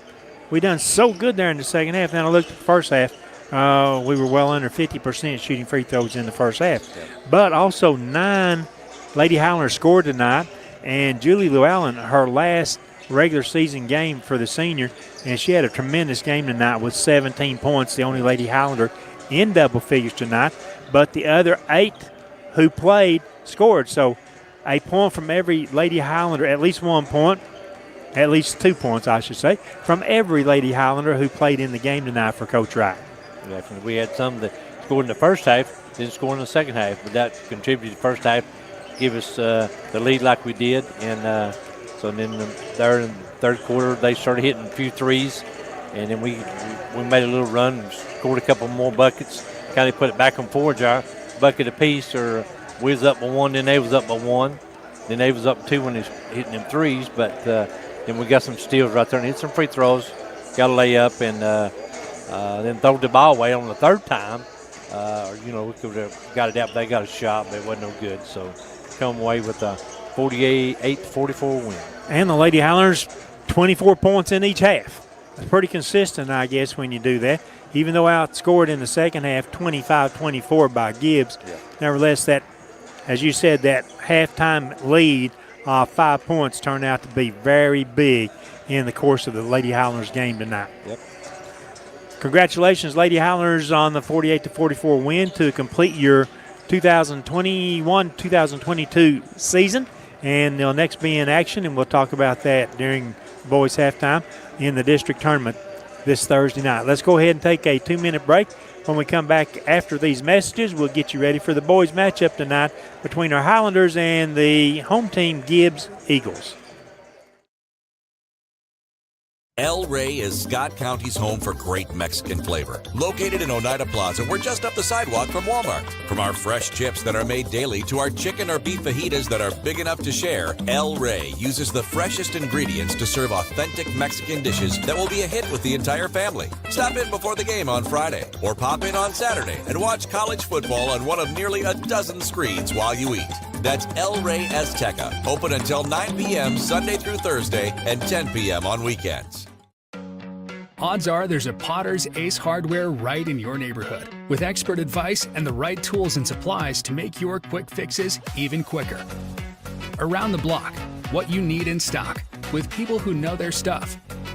Potter's Ace has a convenient location on Industrial Lane here in Oneida. Visit the helpful folks at Potter's Ace for all your home improvement needs. Potter's Ace, the helpful place.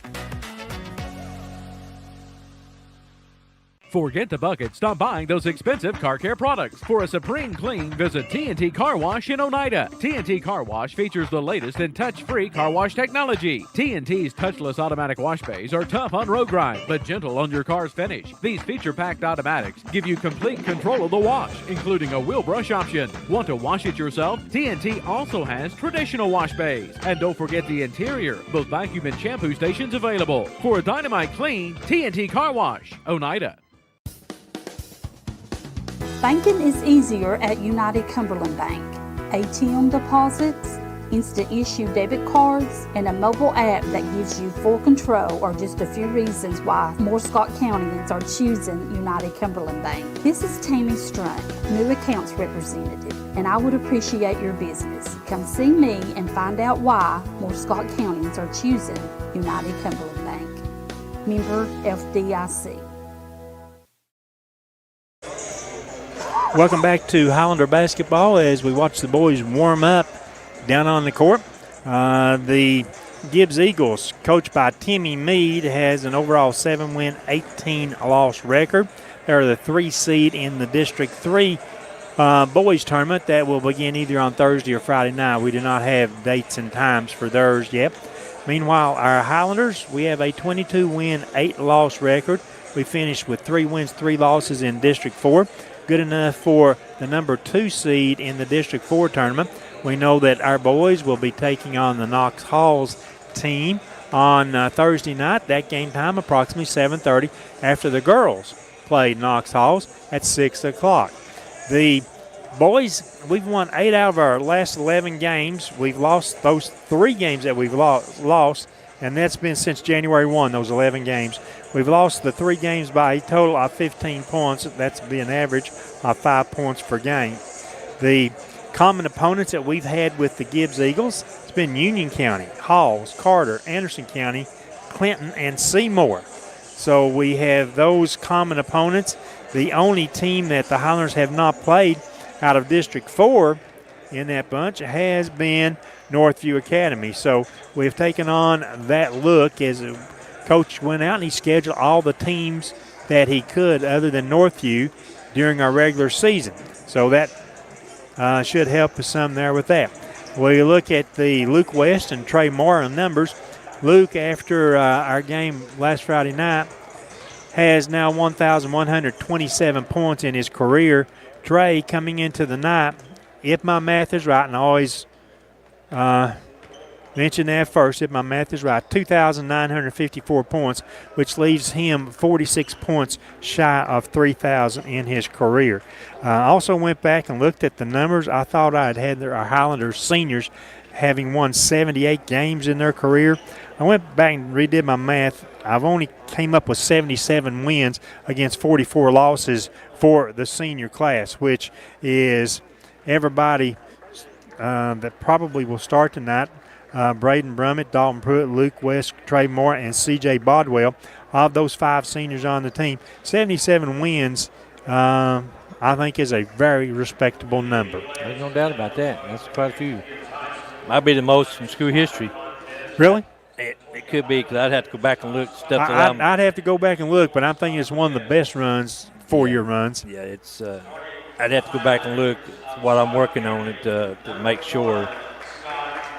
Getting the starters for the Highlanders, number 1 will be Scott Jeffers. Number 2, Braden Brummett, a senior. Scott's a junior. Number 5, a senior, Dalton Pruitt. Number 12, also a senior for the Highlanders, Luke West. And the final starter, a senior, number 22, Trey Mora. Highlanders coached by Jordan Jeffers, assisted by Derek Boshears and Grant Markham. Here we go with the lights off. Haven't seen this in a while. Yeah, man. Clinton? Clinton was the last time we saw this. The starters for the Gibbs Eagles, coached by Timmy Meade. They turn the lights off here, spotlight at midcourt. And now your starters for the Eagles of Gibbs High School. Starting number 1. Number 1 is Bryson Walker.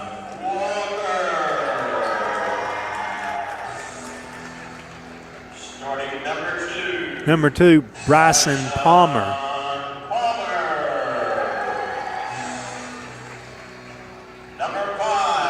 Number 5, Braden Graves.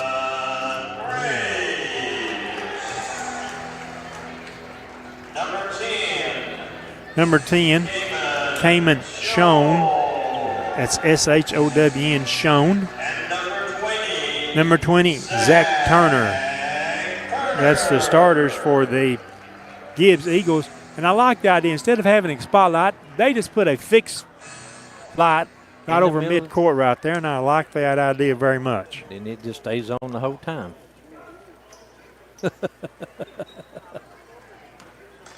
Well, maybe it does, maybe don't. They're retracting it over there a little bit, moving it out away from center court. But I see him over now. Yep.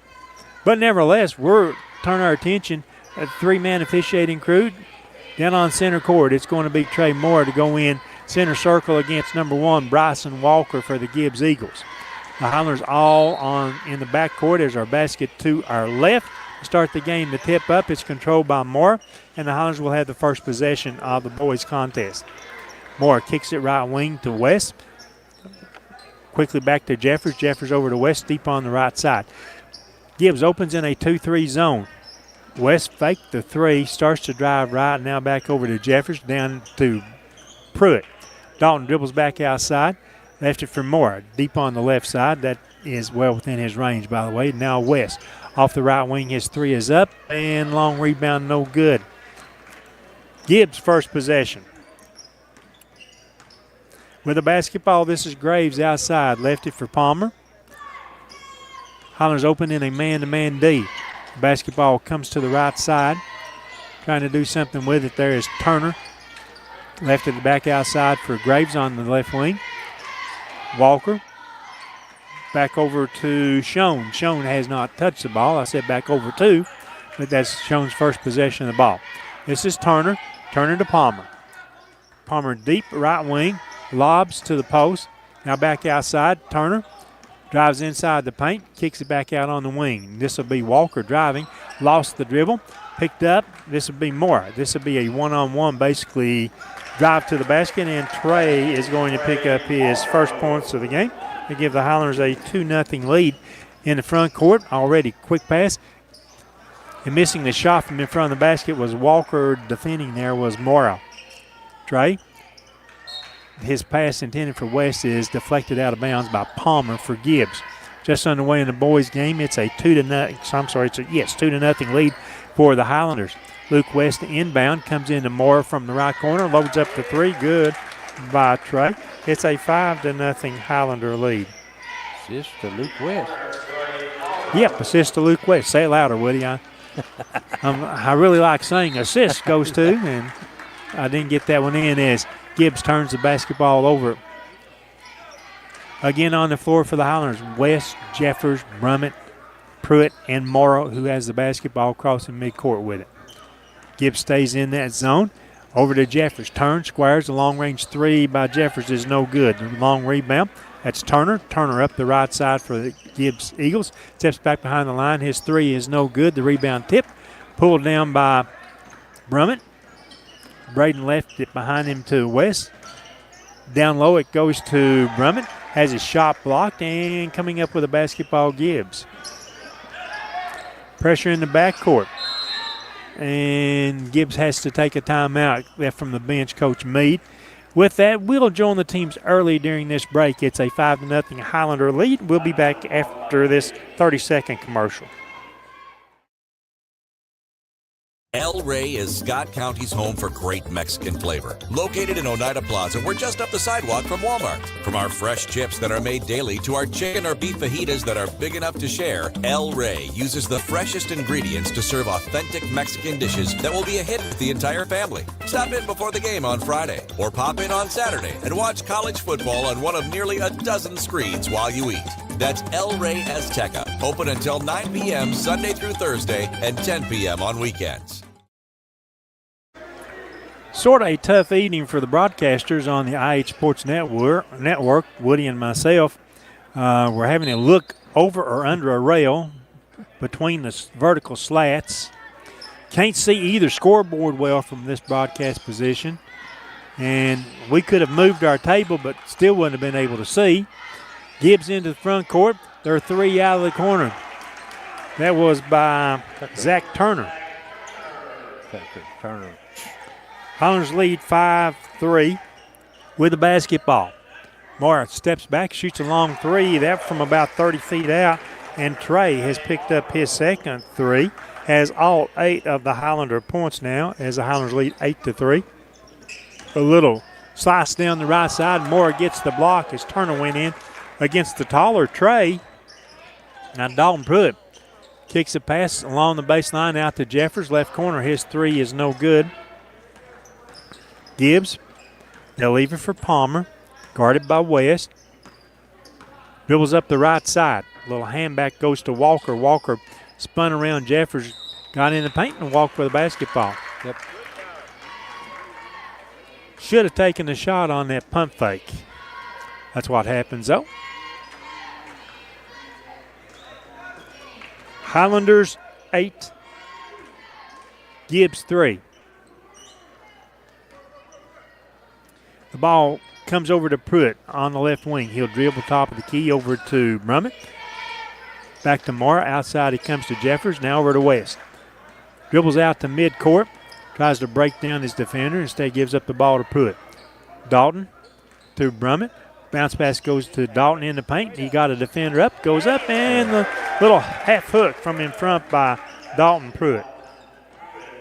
10-3 Highlanders with the advantage.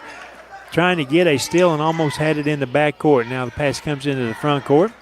2-on-3 for Gibbs. Ball comes back outside. Another three-point try is no good. Ran down by Jeffers. The Highlanders will have the ball in the front court. Pruitt from the top of the key over to Jeffers. Drives into the paint. Goes in against the taller Walker, and Walker gets the block. Gibbs coming out with the ball. Ahead on the right wing. That's Turner. Turner wants to drive. Instead kicks it back outside. The jumper there. Good by Kamen Schoen. 2 made baskets by Gibbs in the first quarter. Both of them have been three-pointers. 3:09 left in the first quarter. As Pruitt goes in, his jumper is then blocked by Walker.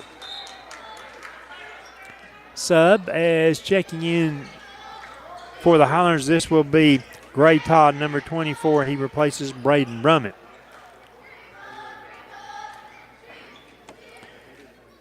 Trey from the baseline will inbound the basketball. And now the official steps in. How could you see that?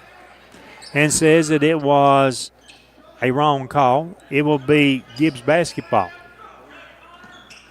Gibbs against the Highlander full court pressure.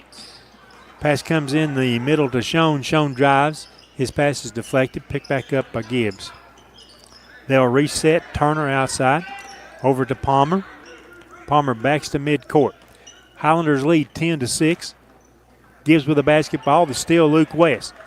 Luke has it 2-on-2. His shot won't go. Falling down more. Couldn't control the ball. Caught him off balance. It's possession. It being the possession going back to Gibbs. Highlanders 2-2-1 full court press. Shown with it. His pass deflected. It's tipped forward.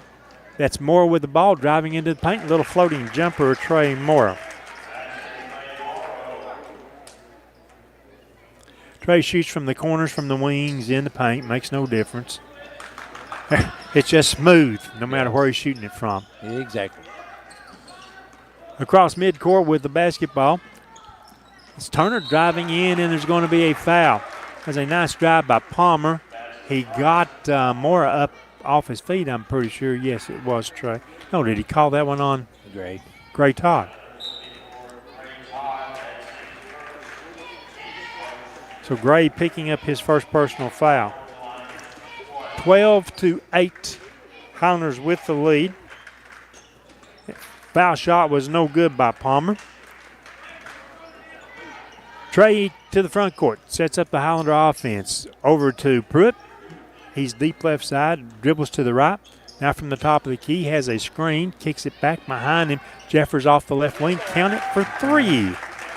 Scott Jeffers. Assist to Dalton Pruitt. 15-8 Highlanders. Again in the full court press. The lob ahead, and Gray Todd comes over and tries to defend the ball right at midcourt, trying to tip it away from Schoen, but Gray picks up the personal foul. And Gray didn't get to play much here in the first quarter. Coming in for him will be number 25, a junior. That's Caleb Woodward. Palmer with the basketball. Gave it up. They run a little 3-man game now. Deep off the left wing. Good by Connor Atkins, who came in the game somewhere on a stoppage of play. 15-11. Gibbs staying in the game, shooting 3-pointers. Luke is going to be body bumped, tripped, whatever you want to call it. The foul on number 22. Palmer, okay. Team first. His first. Highlander ball, left side, front court. The entry pass into Trey, back over to Dalton on the right wing. Along to Woodward. Woodward off the baseline is shot over the top of the iron. Gibbs pushing it the other way. The pull-up jumper, right side off the glass, good by Connor Atkins. Well, I've seen right now Atkins for Gibbs is a shooter. Yep. The jury's still out as if he's a scorer, but he's taken 2 shots and made both of them. Right. Moore against the loose defense, rolls it up off with the left hand. It's no good, but Trey will go to the line to shoot a pair of free throws. Number 10. Kamen Schoen.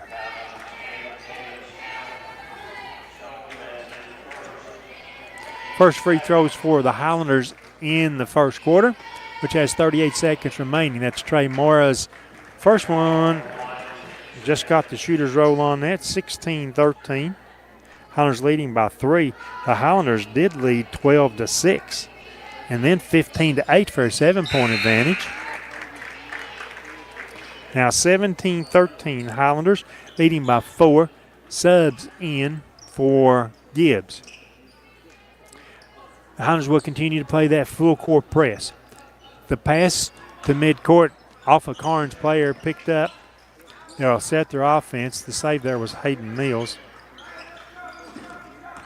Driving. Scoop shot to the basket, and that was no good. Quickly in the front court, Luke West.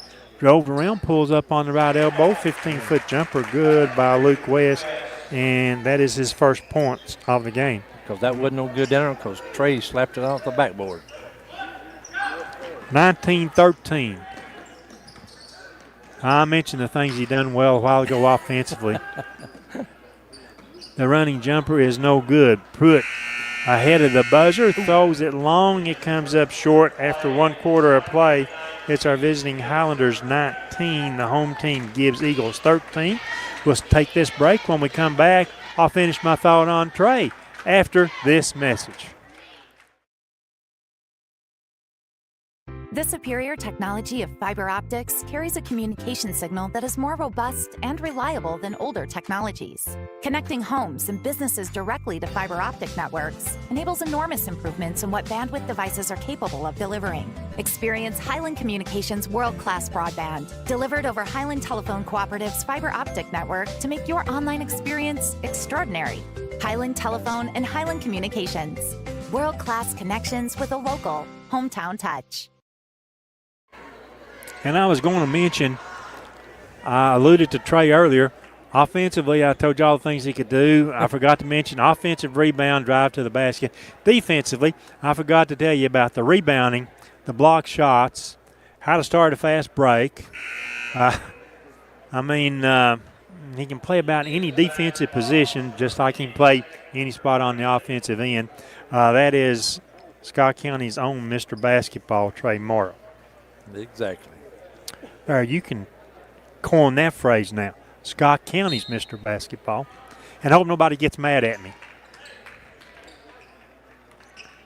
Highlanders 2-3 zone. On the floor, Braden Brummett checked in during that change in possession there. Gibbs with the basketball. Quick pass goes to Walker from the foul line. He puts up an awkward off-balance shot. Woodward pulled down the rebound. Highlanders push it. Mora ahead to Brummett. Drove around the defender. Tries to kick the ball outside to Pruitt, but it's kicked on the pass. It'll be Highlander ball baseline right side. Braden Brummett inbound. Looking in the middle. The lob comes outside on the right wing. This is West. Drives, pull up jumper, short. Ball's tipped back outside. It'll be recovered by Gibbs. Palmer with the basketball for the Eagles. Kicks the pass to the left side. Wanting to drive with it. Comes back outside. Palmer almost had it taken away on the pass. Skip to the right side. Back outside Palmer, deep beyond the key. Quick pass goes into Walker. Walker out on the left wing. Now they work it around to the right side. To the baseline jumper, and that's shown. Shot won't go. Fighting for the rebound. That's Walker. Comes up with it, and as he goes up for the shot, Caleb Woodward will be assessed with a personal foul. Going to the line for Gibbs will be Bryson Walker. 2 free throws. First one is no good. For the Highlanders in the second quarter, Luke West, Braden Brummett, Dalton Pruitt, Trey Moore, and Caleb Woodward. Second free throw, no good, and Trey Moore with the rebound. Highlanders in the front court. Pruitt to West, deep on the left wing. Luke instead dribbles back out. Long kick, cross-court pass. Now to Moore out of the right corner. His three is up and good. Can't see who passed it to him that time. My bad. Well, I forgot, to be honest with you. I was going to say it might have been Luke or it could have been Pruitt. Running jumper is no good. 2 misses on that end for Gibbs. Now this is Moore driving up the court. Ball is deflected off of a defender. Goes to Gibbs, spinning in the paint. He had to walk on that, and the far side official finally agrees. Coming in for the Eagles will be Connor Atkins, replacing Palmer. Highlander basketball. Highlanders lead 22-13 over the home team Gibbs Eagles. Trey with the basketball. Steps around the screen over to Brummett. His three is no good. The ball kept alive. However, it comes back outside. It goes off the official. Trey comes up with it. Steps back. Launches a three. Shot is no good. Rebound. This will be Turner quickly into the front court. Steps back. His three is up. And that one good by Zach Turner. His second three of the first half.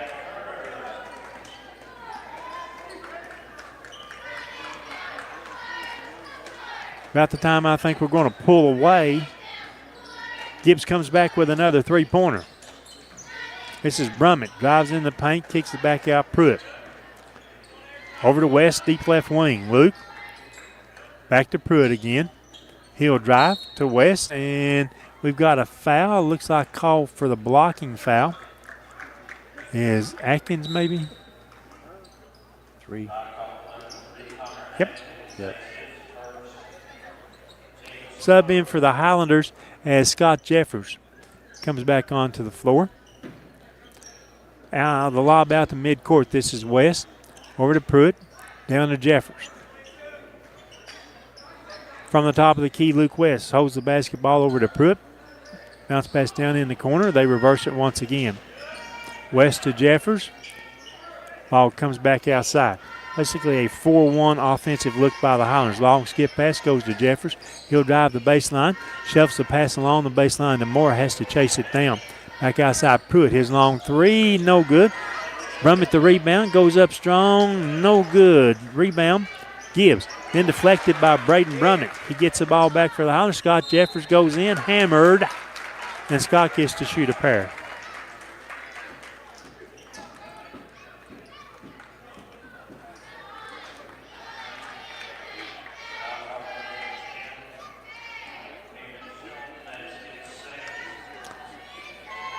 Scott Jeffers' first free throw. This one is good. 23-16 Highlanders. Second opportunity for Scott. This one no good. Rebound and a foul over the back. Braden Brummett with the foul. Fourth team foul against the Highlanders. Gibbs has 14 fouls also. Timeout taken on the floor. We'll stay right here. We want to sort of lead you into halftime. It's 23-16 as Coach Jeffers takes the timeout. 4 minutes, 38 seconds to go in the first half.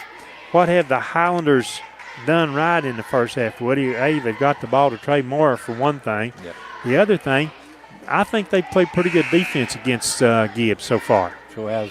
Both ends of the floor down here.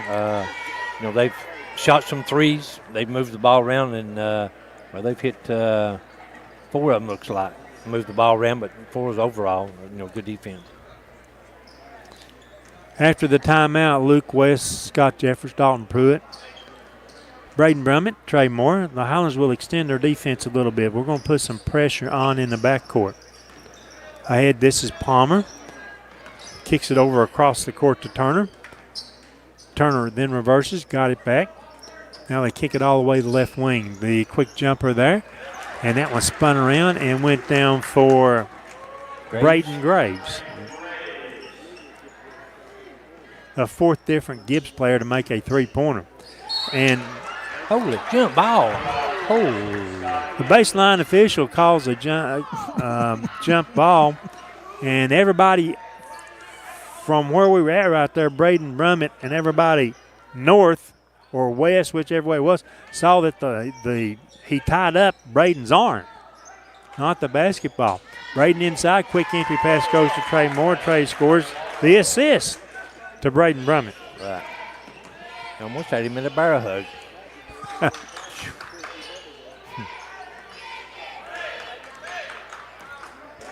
25-19, Highlanders with the ball. Long three-pointer, no good. Trey the rebound backside. Trey guarded outside in the zone over to Dalton Pruitt. Back on the left wing, Jeffers. Jeffers outside Pruitt, now to West. Bounce pass to Brummett. Needs help. Back out to Jeffers. Over to West. Luke thought about the three. Instead steps inside. Little fading 14-footer. No good. Moore with a pump fake. Goes up strong. Yes. Count it. And one for Trey Moore.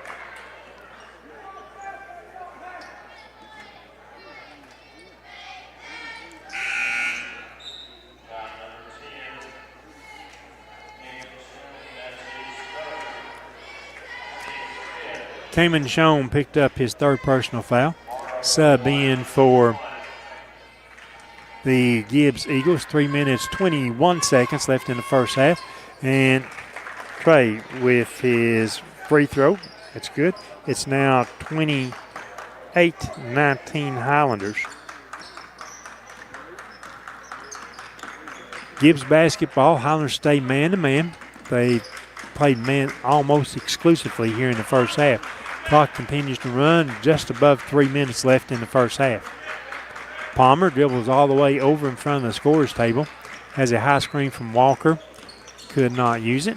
Now they run Turner around the left side. Turner's fadeaway jumper is good. Got a nice pump fake on Dalton Pruitt. To the left corner, right corner, Luke West, the three-pointer will not go. The rebound, Palmer, and he's going to be fouled as we start up court.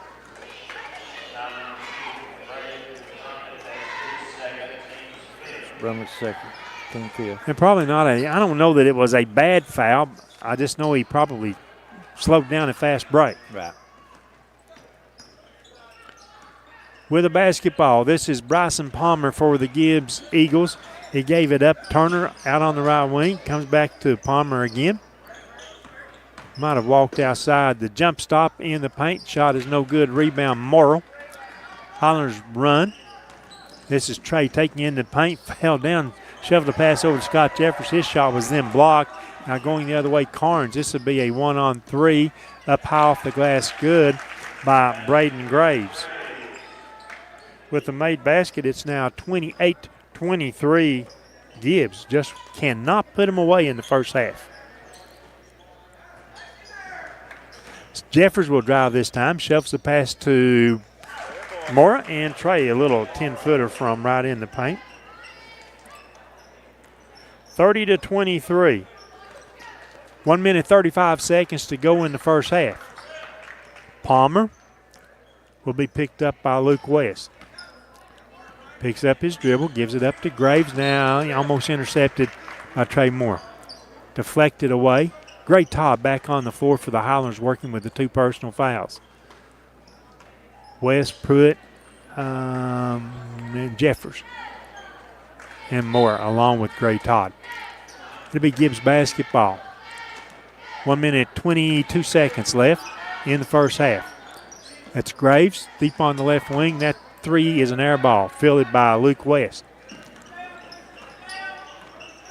Luke to the front court, starts to drive up the right side, tosses it left. That's Mora.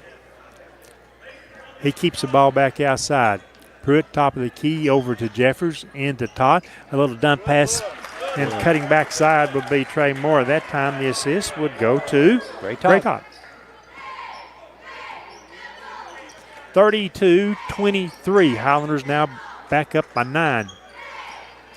Palmer will drive around 2 defenders. High off the glass shot is no good. Scott Jeffers stays at home, gets the rebound, carries it into the front court.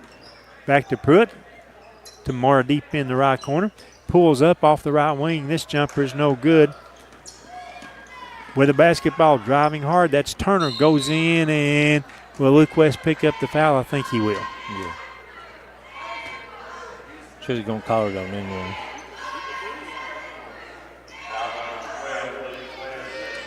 That sends Zach Turner to the stripe for the Gibbs Eagles. Gibbs 0-3 at the foul line so far in the first half. And now make it 1 of 4 as Turner makes that free throw. Sub in for the Eagles.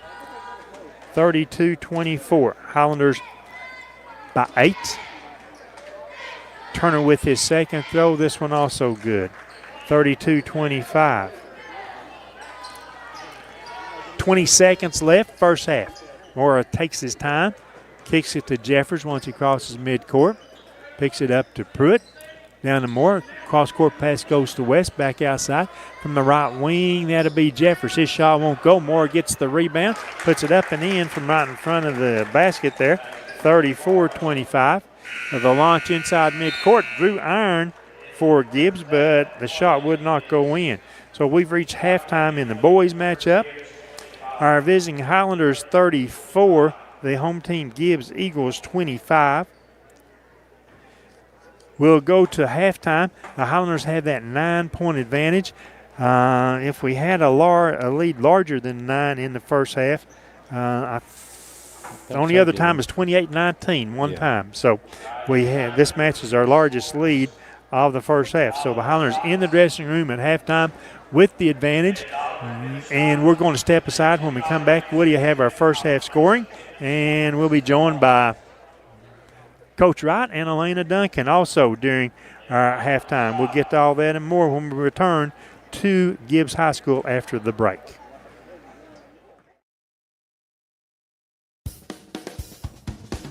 Banking is easier at United Cumberland Bank. ATM deposits, instant issue debit cards, and a mobile app that gives you full control are just a few reasons why more Scott Countyans are choosing United Cumberland Bank. This is Tammy Strunk, new accounts representative, and I would appreciate your business. Come see me and find out why more Scott Countyans are choosing United Cumberland Bank. Member FDIC. South Fork Physical Therapy is proud to support the Scott Highlanders and the Oneida Indians. With offices in both Huntsville and Oneida, one of our 6 doctors of physical therapy are always close by. We regularly treat back and neck pain, general sprains and strains, vertigo or dizziness, TMJ disorders, as well as post-operative patients. We accept all insurances and flexible payment plans are available. At South Fork Physical Therapy, we strive to make your experience accessible, affordable, and enjoyable. Home improvement doesn't have to break the bank. At Salvage LLC, we have everything you need to finish your new home or to give a makeover to your existing home. From a full line of laminated and vinyl flooring to interior and exterior doors to crown molding and baseboards, start your next home project at Salvage LLC. Stop by and check out our model kitchen setup for ideas on how to take your kitchen from functional to stunning. Salvage LLC is located on Industrial Lane in Oneida. Open 8:30 a.m. until 5 p.m., Monday through Friday.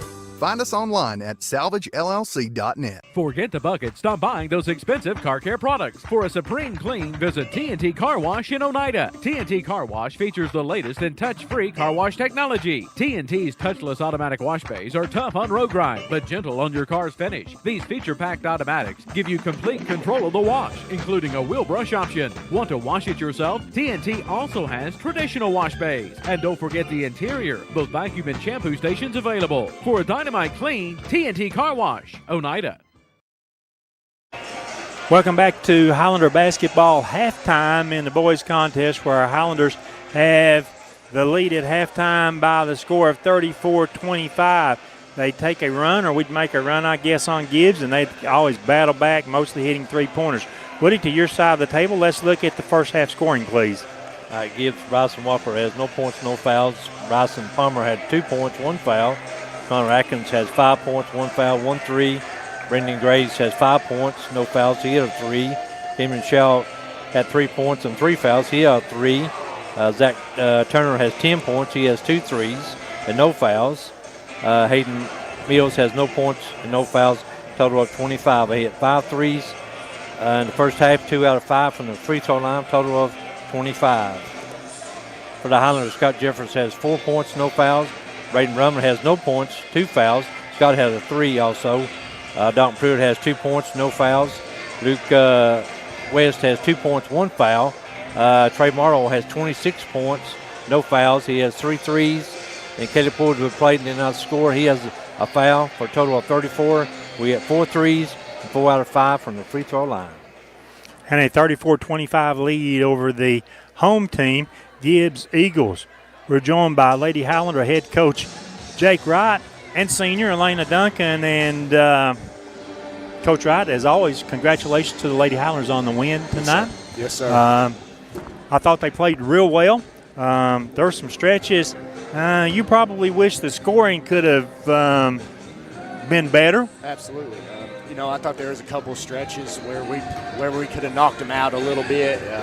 I think one time we got up 7 after hitting maybe a Julie Llewellyn three-pointer. Mm-hmm. We got up 7, and I thought if we could have kept our foot down a little bit right there, we could have pulled away at the end a little bit differently. But, for us it was a good, tough win. Last Friday we had the same type of game, and it came out the other way. So for us it was a good learning experience for us. It's always good to get a win going into the tournament. I'm always proud of my kids. I think all of them worked their tails off, all 22, and I'm proud of all 22. We're just going to come back to work the next 2 days and get ready for Halls. Another thing about the game, you played 9, all 9 scored. Yes, sir. That by Julie Llewellyn, maybe one of her best games all season with 17 points. Absolutely. For Julie, that game reminded me a lot of the Kingston game from last year, where she really took over, scored 16, I think, that game. It was just a much more confident Julie, and that's what I'm proud of her about, because, at halftime I looked at her and I said, warm-up shots don't mean nothing. Don't focus on them warm-up shots. Worry about them game shots. And she came out, hit that little 15-foot bank shot to start the second half, and I was like, okay, she listened.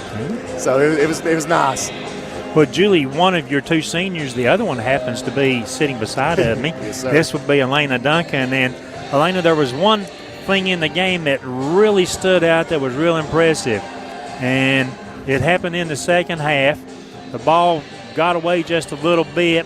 It looked like that Gibbs was going to control the ball, and you dove and slid about 6 feet on the floor and got one arm in under the Gibbs player right there to create the jump ball situation. And any coach and any fan will tell you that, the one thing that they look for out of a team is hustle. Absolutely. And that's all effort. You can't teach it. You can't coach it. You can talk about it a lot. Absolutely. But what do you think about the Lady Highlanders, the game tonight, the impression you have? I'm going to ask you 3 questions, let you throw all the answers together, and where your team is at heading into the district tournament. I think we were all excited coming back, trying to do better than we did last week, because none of us were Hold up impressed just a with little Friday. closer. Okay. None of us were impressed at all with our performance Friday, and we were all coming in today trying to get a little bit better, trying to make him happy. And Oh, no. That's probably impossible, isn't it? Oh, it's not that bad. No. Okay. Well, I'm glad. Elena said it wasn't that bad, so I'll take her word for it, Coach. We're all super excited going into the tournament. We're ready to work our butts off and hand it to Halls. I'm so excited. Well, Halls is a team that, if memory serves me right, you've split with this year. No, you won both games against Halls. This is the second season. Those things you got to put behind you there. It's all about what happens in the second season. So you go forward now with the mindset that we will win. Yeah. We have to be strong and play our best game. If we do that, then we should have it. I've talked to the coach for the last month or so. I talked with him after game one, and I said something to the effect, are you about ready to turn these girls loose and start, taking the handcuffs off of them and let them go out there and shoot and score and start getting that 40, 50 points every night?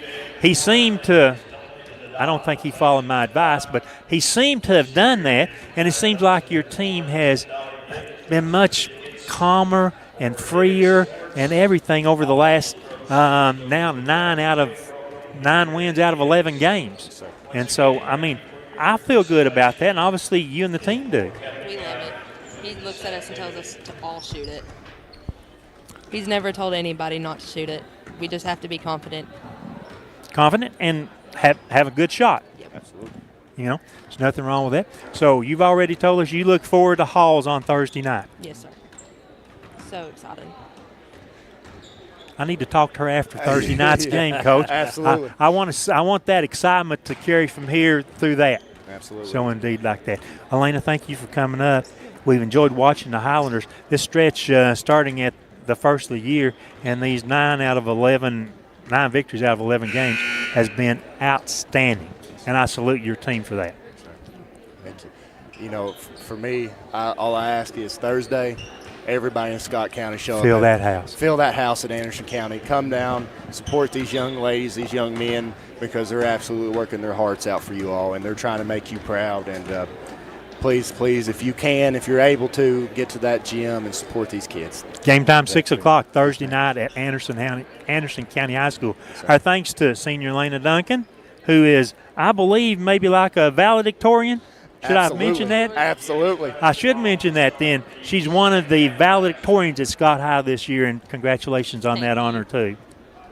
Thank you all. And thanks to Coach Wright for joining us here. We always appreciate the coach, and especially he's been able to get his 2 seniors up here last week. It was Julie Llewellyn, and tonight it's Elena Duncan, Woody. So got to be proud of that bunch. Oh, yeah. And if you look at that, what I just said, 9 victories in their last 11 games. Yeah, that's amazing. They work so hard to, get there, and that's the reason that they're there, because they're working as hard as their coach wants them to do. And ain't nobody works no harder than he does with the kids. I agree with that. We start the boys' second half. Gibbs had the basketball to open the second, and the Highlanders are able to fend them off, keep them from scoring. We have the possession of the basketball, leading 34-25. To open the second half, Luke West, who has the basketball, dumps it along the baseline to Braden Brummett, and now Braden has his first points of the game.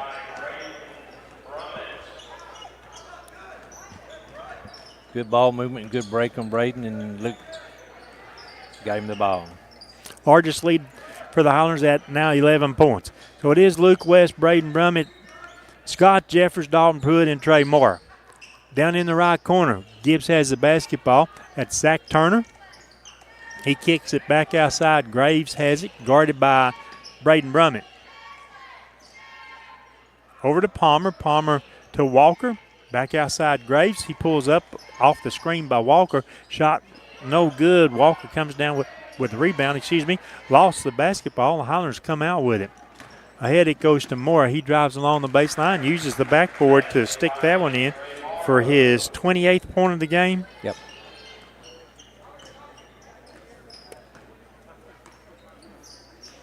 What we've got to see, Woody, in second half, hadn't had a chance to talk about it much, but that is the rest of the lineup other than Trey.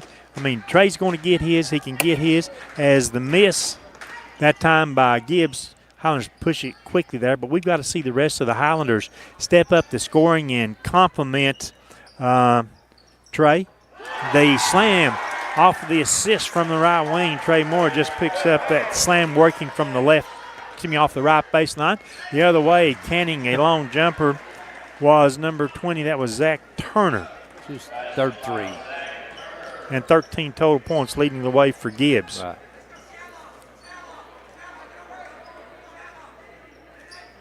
(40-28) Highlanders with a basketball, trying to find something else, but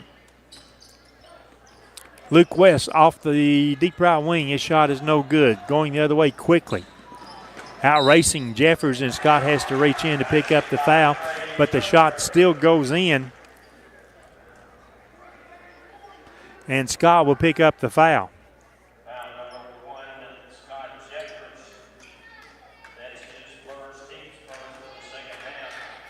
Turner already with 2 baskets and now trying to get the free throw, which is no good. Trey skies in, gets the rebound. Jeffers out of the right corner, back to Moore. Moore off the right wing. That's a big 3 by Trey. Coach Jeffers will take a timeout. We'll stay right here and talk about the start by the Highlanders. It's been a good start. Once again, Gibbs will just not really let us blow out and really gain a huge lead. No. Actually, we've got some good looks and some good shots and made some shots. Then we come down and Turner hits a 3, come back down again. Then he hits a deuce and gets fouled, but he misses his free throw. But you just can't. Some teams like it. You just, no matter how good as we're playing right now, we should be up by 20, easy. But now we're 13, though. It's still. Teams just like it just don't go away because they don't have nothing to lose. Right, and we talked to Coach Jeffers about this a lot, and he says our team has to develop some mentality about let's go out, let's build a lead, let's maintain the lead, right, and keep adding to that. Right. We want to put the other team away. We want them to have doubts in their mind, not us to have doubts in our mind. What Woody and I are open and awing over right there is how Kamen Schoen pushed his way over one of the Highlander defenders right there, and the official, instead of calling offense, calls a defensive foul. And Gibbs with a turnover. So I guess all things work out there with that. Long pass ahead, it goes to West, deep on the left corner. Shot is no good. That is Palmer with the rebound for Gibbs. He slows down the fast break, left it behind him for Graves. Graves drives into the paint, tries to get a cutter along the back door, and did he travel? He did. That he being Zach Turner. Didn't know if he wanted to shoot and let Trey block it or come back down and walk with the ball, so he walked with the ball. Yeah. Trey doesn't add to the block shot stats if he does that. So we got to get Luke loose here.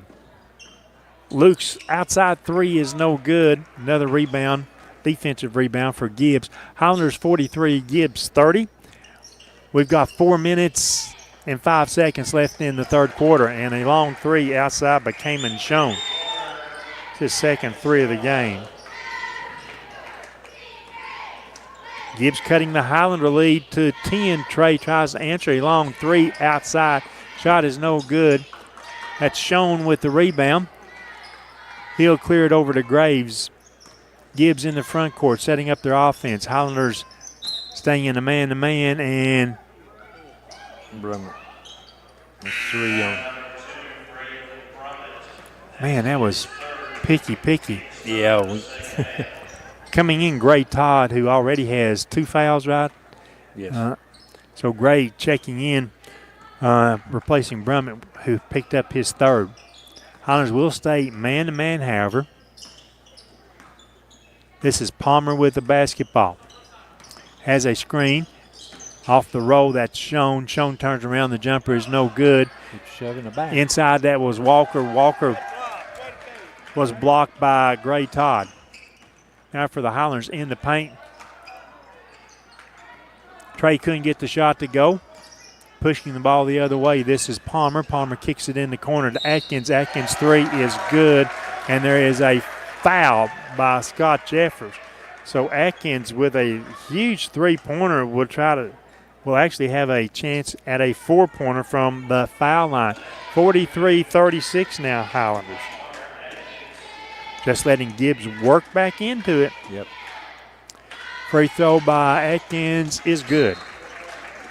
So he does convert a four-point play. 43-37. The Highlander lead cut to 6. Timeout taken on the floor. And we want to talk about that just a little bit. 3 minutes and 1 second left. The Highlanders came out, and I thought, man, we're going to jump on them here to open the third quarter. We're going to build a lead. We're going to, have that 20-point margin basically to start the fourth quarter. But Gibbs will not. They won't go away, buddy. No, they won't go. It's not us letting them back into it. They're just not going away. They're making shots. They're getting rebounds. They're working hard on their own offensive end, and that is, to some degree, frustrating to Coach Jeffers. Yep. 43-37. Highlanders on top. 3 minutes and 1 second remaining in the third quarter. And while they had the potential to start out that way, I think the Highlanders maybe outscored Gibbs like 7-0 to open the third, and then boom, Gibbs has just worked their way back in it. It's gone from what was 34-25 at halftime.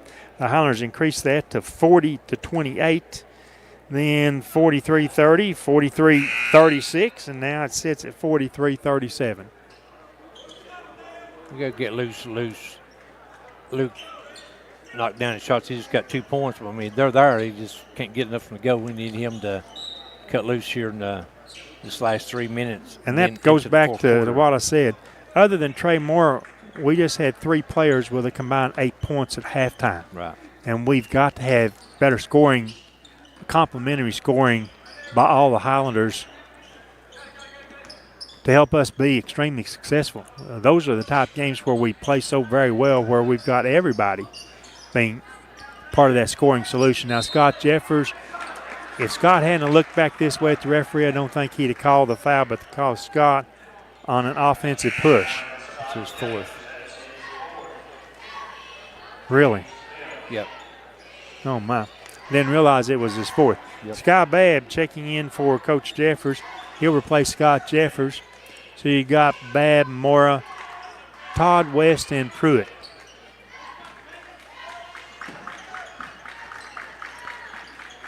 The ball posting on the right side. That's Schoen shooting over Todd. It sticks between the rim and the backboard, which is a jump ball, and the alternating possession going to the Highlanders.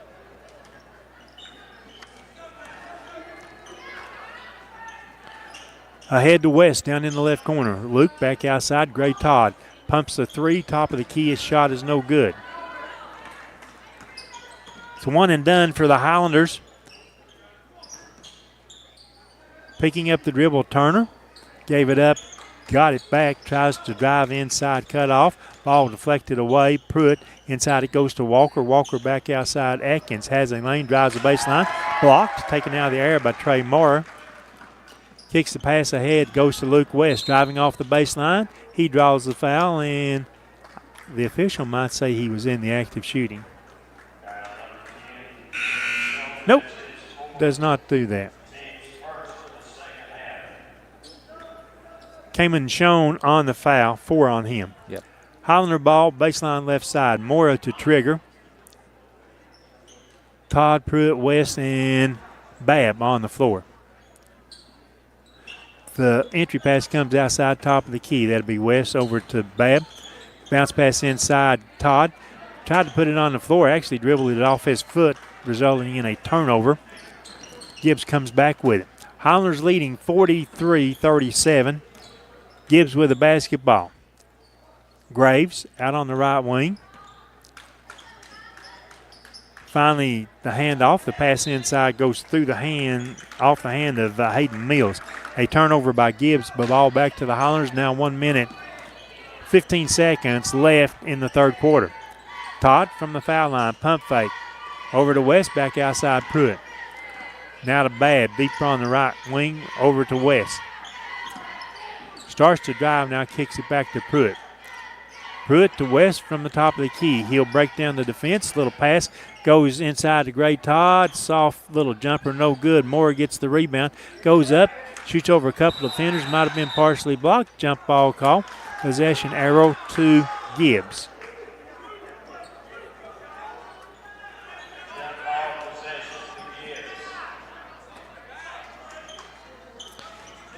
Quickly in, here comes Palmer. Slows things down at midcourt. 44 seconds to go, third quarter. Palmer, a little handback goes to Graves. Highlanders have continued to play man-to-man in the third quarter.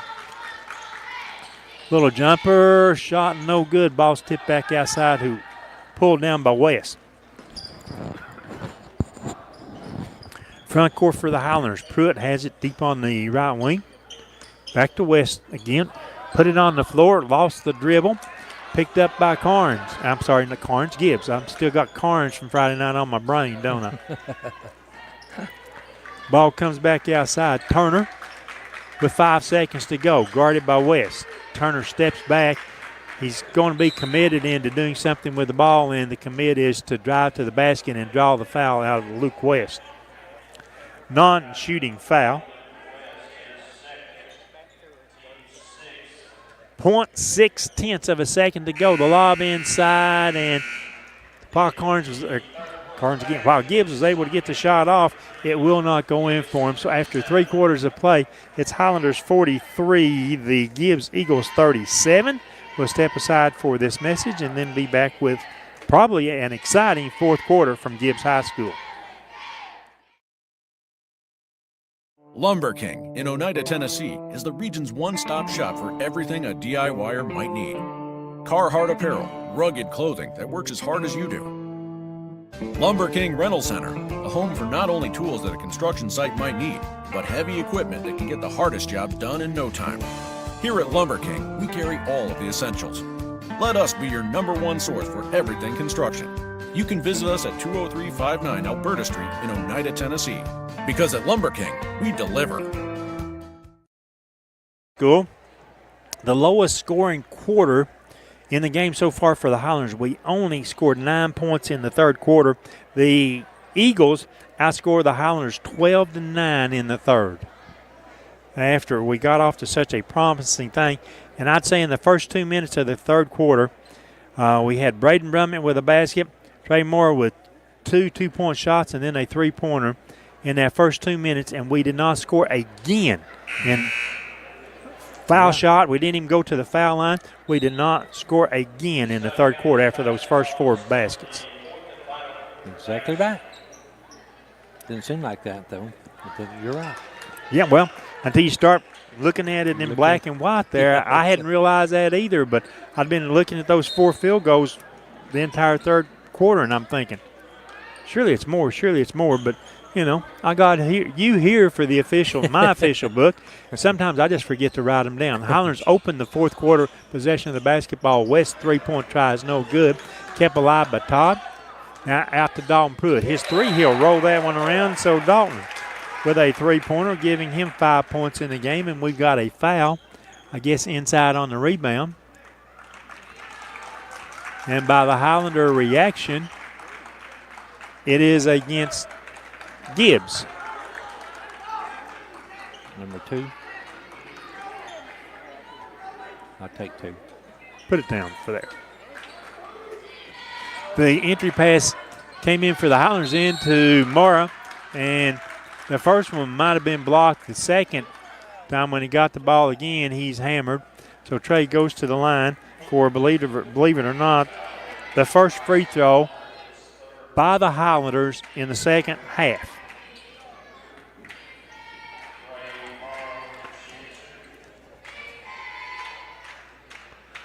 toss by Trey. That one is good. It's 47, now 37 Highlanders. Back up by 10. Trey with his second.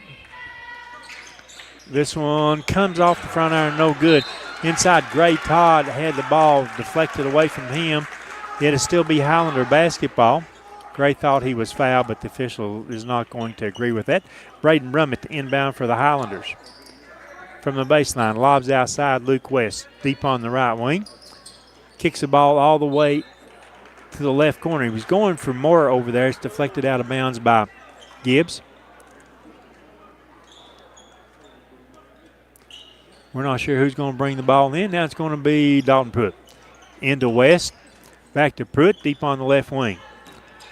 Has a screen from Todd. They work it back to West. Turns the paint, drives in. The left-hand layup up, and both Todd and Mora went for the rebound, and they actually deflected away from each other. Outside Gibbs, long-range three, good. By 40, Highlander advantage. They with the basketball. Mora deep left side. Kicks it over to Brummett. Back to West with a fake. Man, he was hooked. Not only was he was hooked around the neck. The foul occurred out on the floor on Gibbs. That's their 14th foul. The Highlanders have committed, I believe, 6 fouls. That according to the scoreboard. Highlander ball, Brummett from the right baseline. Brummett kicks it to West, left corner. Luke on the left wing, back to Pruitt. High screen from Todd, rolls off of that, back to West. Wants to drive, now finds Mora. He'll drive to the left baseline, goes inside around 2 defenders, rolls that one up, off the glass, good, Trey Morrow.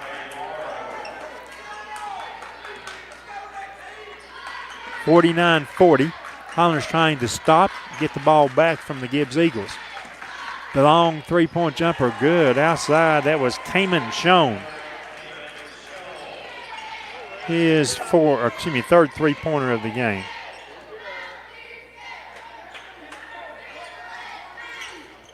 (49-43).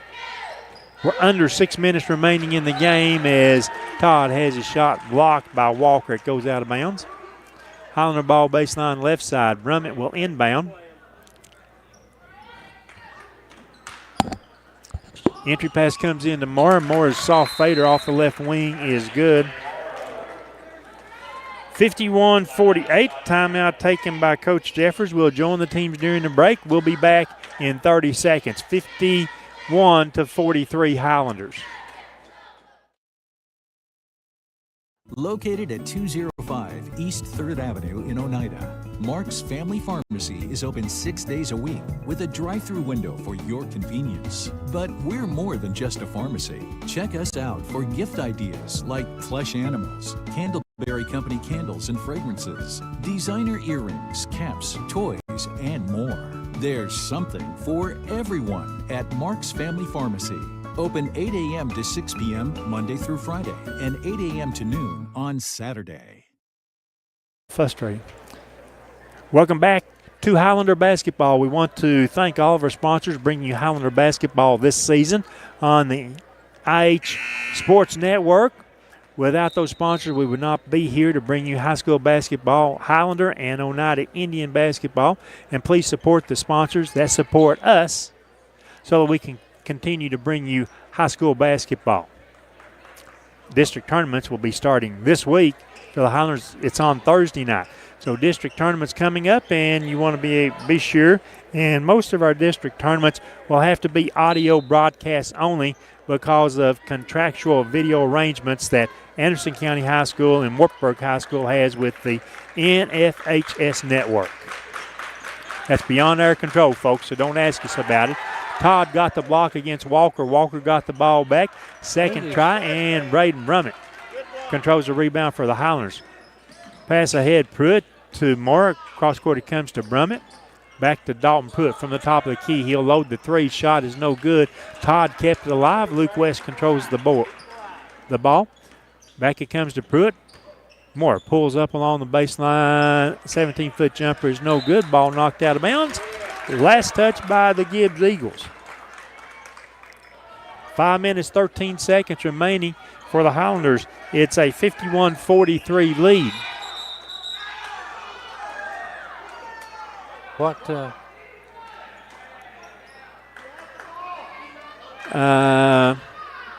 It's pretty hard to, when you're attacking the basketball like the Highlanders were on the inbounds pass and completing a three-pointer out of the left corner, and the official says, I've got an injury timeout.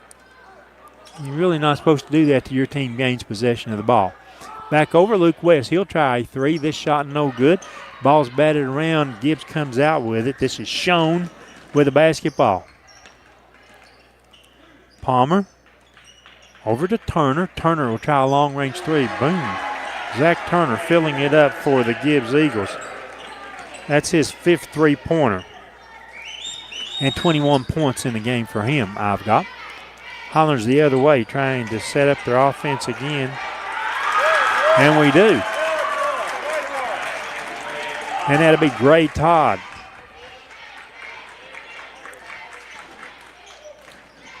The jumper will not go inside. That was shown. Highlanders going quickly the other way. Moore goes in, drives around the defender, and they'll call Trey with the charge. Highlander fans do not like that. I've not had a chance to really say it. It's not one of the larger Highlander crowds to follow us this year, but there's probably as much red in this gym as there is Gibbs powder blue. Ain't no doubt about that.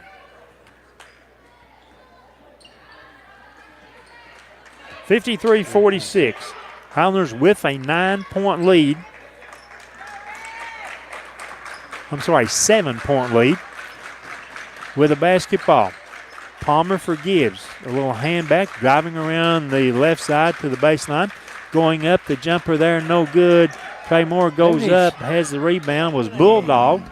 No call by that official standing on the baseline who was starting the 10-second count to clear midcourt. Left wing Pruitt. Back to the right side, West. Thought about the three, instead puts it on the floor, gives it back to Pruitt, now over to Moore. He's deep left wing. 53-46 Highlanders. From the foul line, the jumper, Gray Todd, no good. The rebound, Bryson Walker for the Gibbs Eagles, and then they throw the ball out of bounds. Turnover by Gibbs. Highlander ball, right side front court as Braden Brummett will trigger the ball for the Highlanders.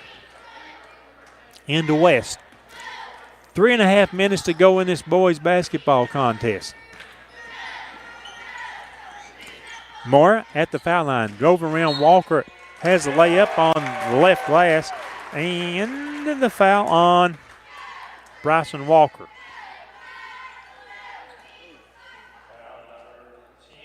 For the Highlanders, it's a 55-46 lead. And Trey trying to make it a 10-point advantage. And looks like Schoen just picked up his fourth foul. That's his fifth foul. Fifth foul, I'm sorry. And did he change it? He changed it. Changed the foul to Walker, didn't he? Yeah, he did. He being one of the officials with the vertical black and white stripes. Trey for the three-point play. That one is no good. The long rebound comes back outside. 55-46 Highlanders. Now 3 minutes and about 15 seconds left in the game. Schoen with the basketball as he starts to drive. There will be a foul against the Highlanders' Braden Brummett.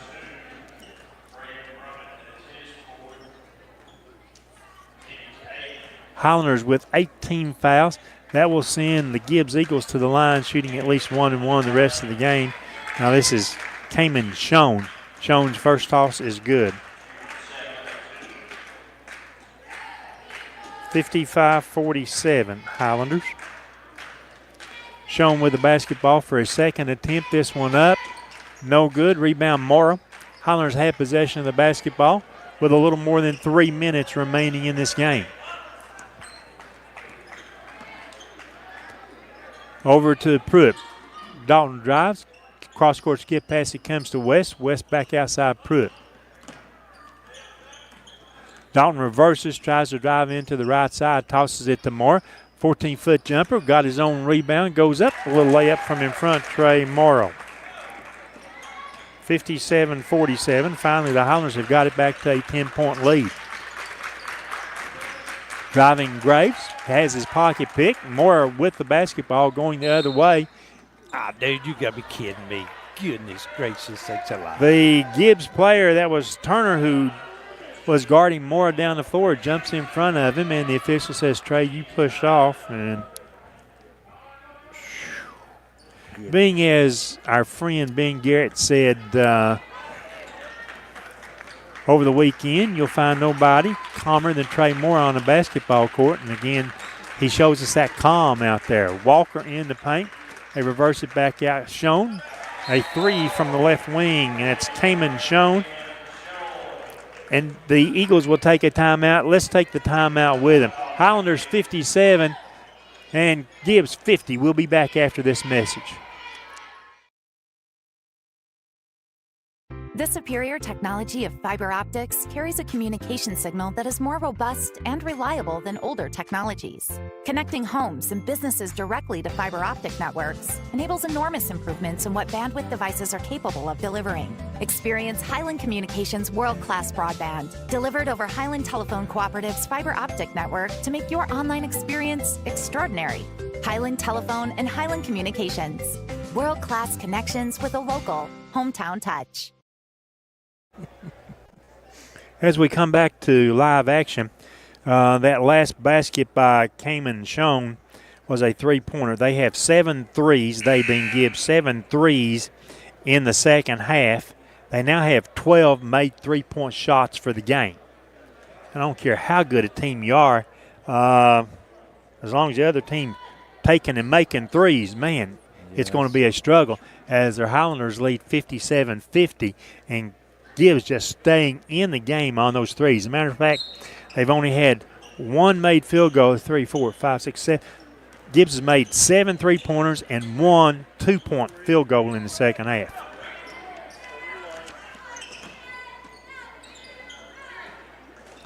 Highlanders trying to answer back, trying to run some clock here, I think, as we spread our offense out quite a bit. Inside it goes to Brummett. Nice assist by Dalton Pruitt. And Braden Brummett picked up his 4th point. 59-50 Highlanders. It's a nice call by Coach Jeffers to spread the offense out all over the floor. Right. And looking for, look, we'll take some cuts to the basket, backdoor layups. Driving in, the running floater is good by Zach Turner. Turner filling it up for Gibbs. We'll take a break with the two teams once again. 30-second break. Highlanders 59 and Gibbs 52.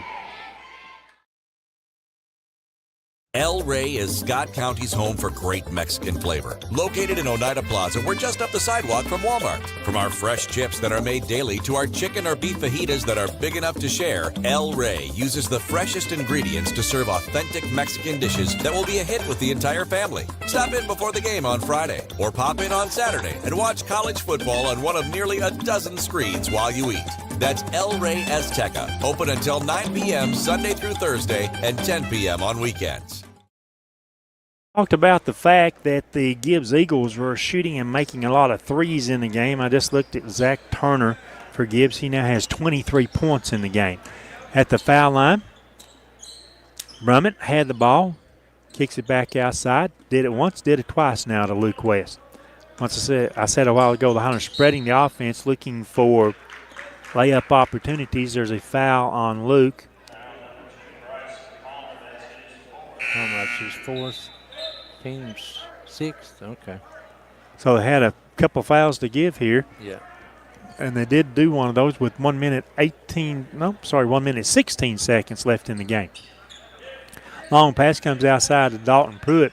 Little hand back to Trey Morrow, and an instant reach in by Zach Turner. That will send Trey to the foul line, 1+1. Trey at the line is 4 of 5 tonight. Matter of fact, this is only going to be the 3rd free throw taken by the Highlanders in the second half. Once again, our friend Ben Garrett wrote about that over the weekend.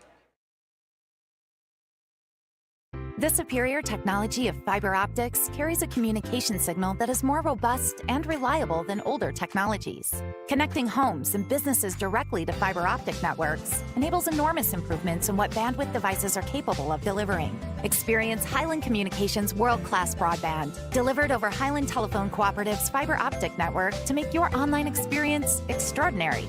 Highland Telephone and Highland Communications.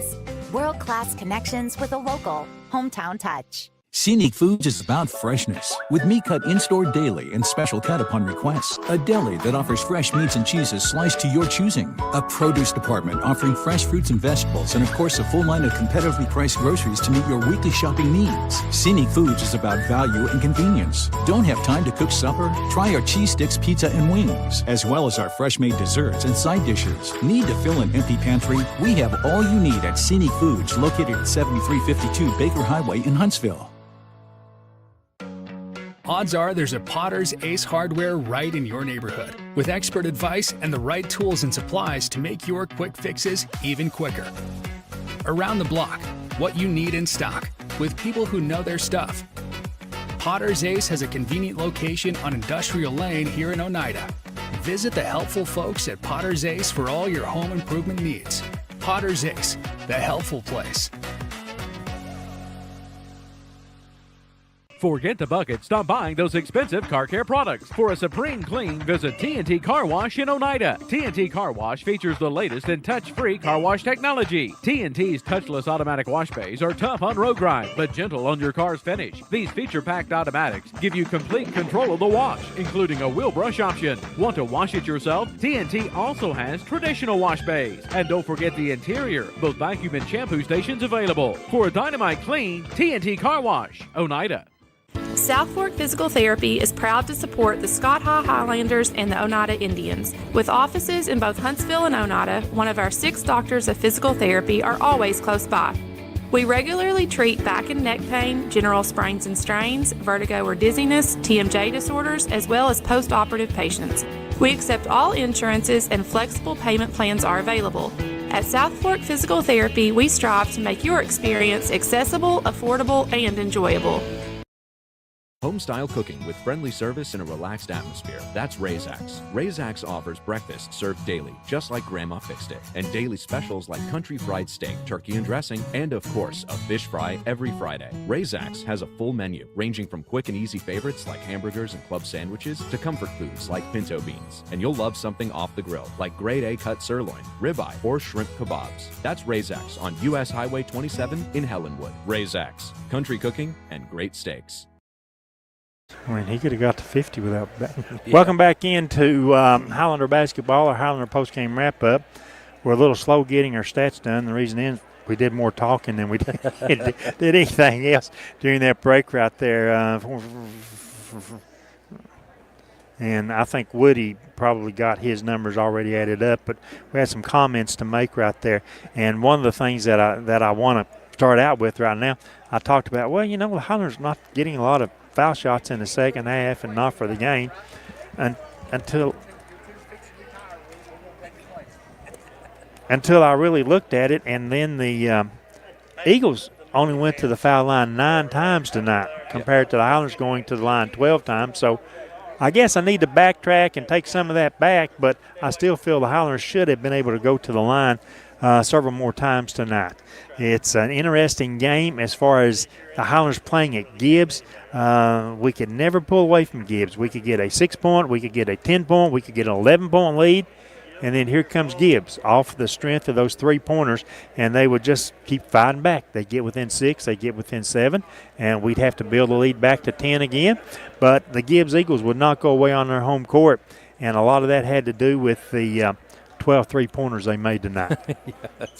Isn't that the truth? Yep. Let's go ahead, Woody, before we get into a lot more comments on the game. Let's look at the scoring summary for each team. All right. Bryson Walker had 2 points. Bryson Palmer had 2 points. Connor Atkins had 9 points. He had 2 threes. Braden Graves had 5 points. He had 1 3. Hammond Child had 13 points. He had 4 threes. Zach Turner had 23 points. He had 5 threes. For a total of 54. They had 7 threes in the second half, 2 out of 4 from the free throw line. For the game, they hit 12 threes, and 4 out of 9 from the free throw line, a total of 54. For the Highlanders, Scott Jeffers had 4 points. He had 1 3. Braden Rummel had 4 points. Dalton Pruitt had 7 points. Dalton had 1 3. Luke West had 2 points. That was early in the probably second quarter, maybe. Could be in the first quarter.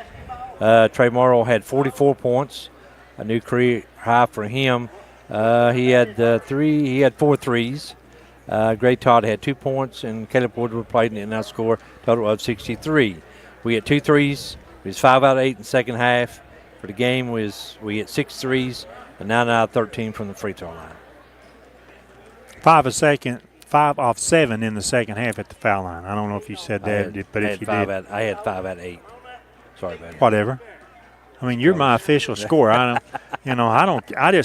sit here now and I write them down when I can think about doing them, just sort of so I've got an idea. But I defer to you as far as that goes right there until I get the official from you. So our congratulations, Highlanders 63-54 win at Gibbs.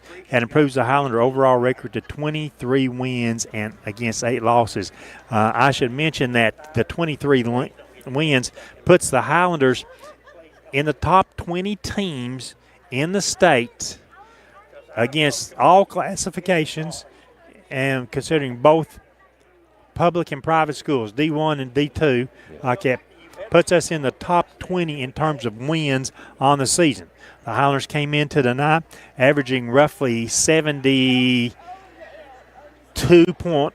points, something like that. So we'll stay close to that average of 71 or 72 points as far as that goes. And coming into tonight, the Highlanders were the number 10 team in Class 3A basketball in the Coach T rankings. So our congratulations on the Highlanders. Even though we lost on Friday night, things happened to other teams that I told you the other night we'd fallen out of that top 10. We came back in as a 10 seed over the weekends in Coach T. So the Highlanders, those are the achievements, and those are team achievements. Every player that's in the red for the Highlanders tonight, they were able to achieve that success through the course of the year, and it's commendable what they've been able to do. Definitely has. And before we get off, I've told the girls, the Archer Boys and Girls Club, I would mention it because they always listen to us and Oneida both together sometimes, but I want to mention all of them there that I didn't forget it tonight. I might have been late to the game, but at least I didn't forget it. Thank you for listening to us. Yeah. We're going to be by Highlander head coach Jordan Jeffers, and Jordan works his way in right now. And congratulations, Coach, on the win tonight against a Gibbs team that no matter what would not go away. No, and we had a really good feeling to that. I mean, that's, they've been playing a lot better. They've been playing really well. I mean, down the stretch these last 3 weeks, they've, they don't have a great record, but they split with basically everybody in their league. They go in as a 3 seed, but they've split with everybody. And I think they split with everybody.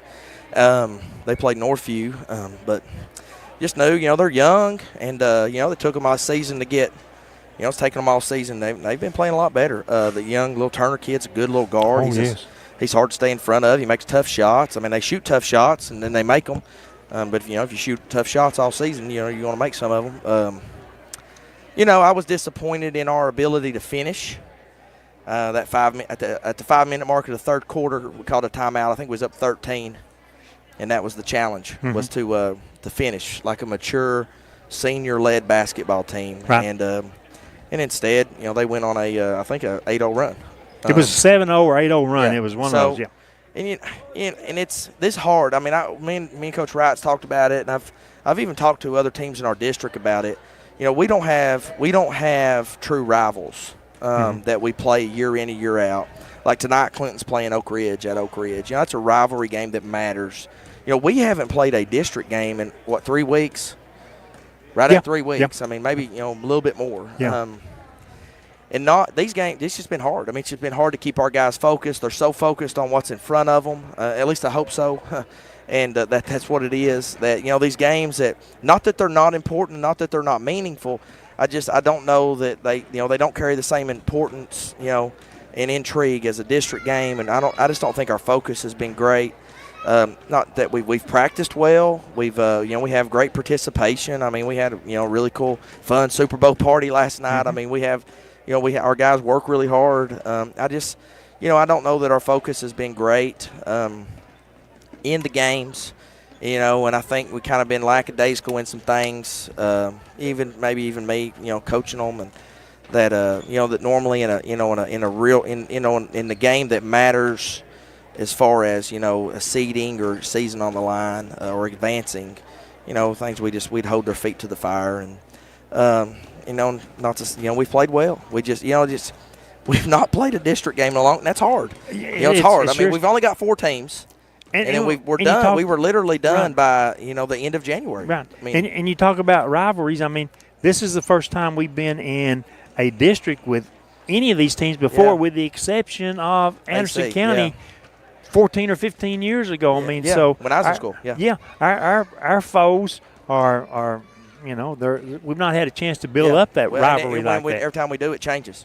Indeed. And that's not an excuse. I'm not trying to make an excuse, but I do feel like tonight was a breath of fresh air for our guys to get this, kind of to finish this and finish the regular season, to be done with the regular season. They've had a spectacular regular season. As far as I mean, it's as many wins in a regular season maybe in school history. I think it tied it. I think he had 24 a couple of years ago. In regular season. That's yeah. With regular season wins. I think we probably tied, I'm not sure, Coach Hall can correct me, but I think his senior year they won 25 games, and I think a couple of those were in the postseason.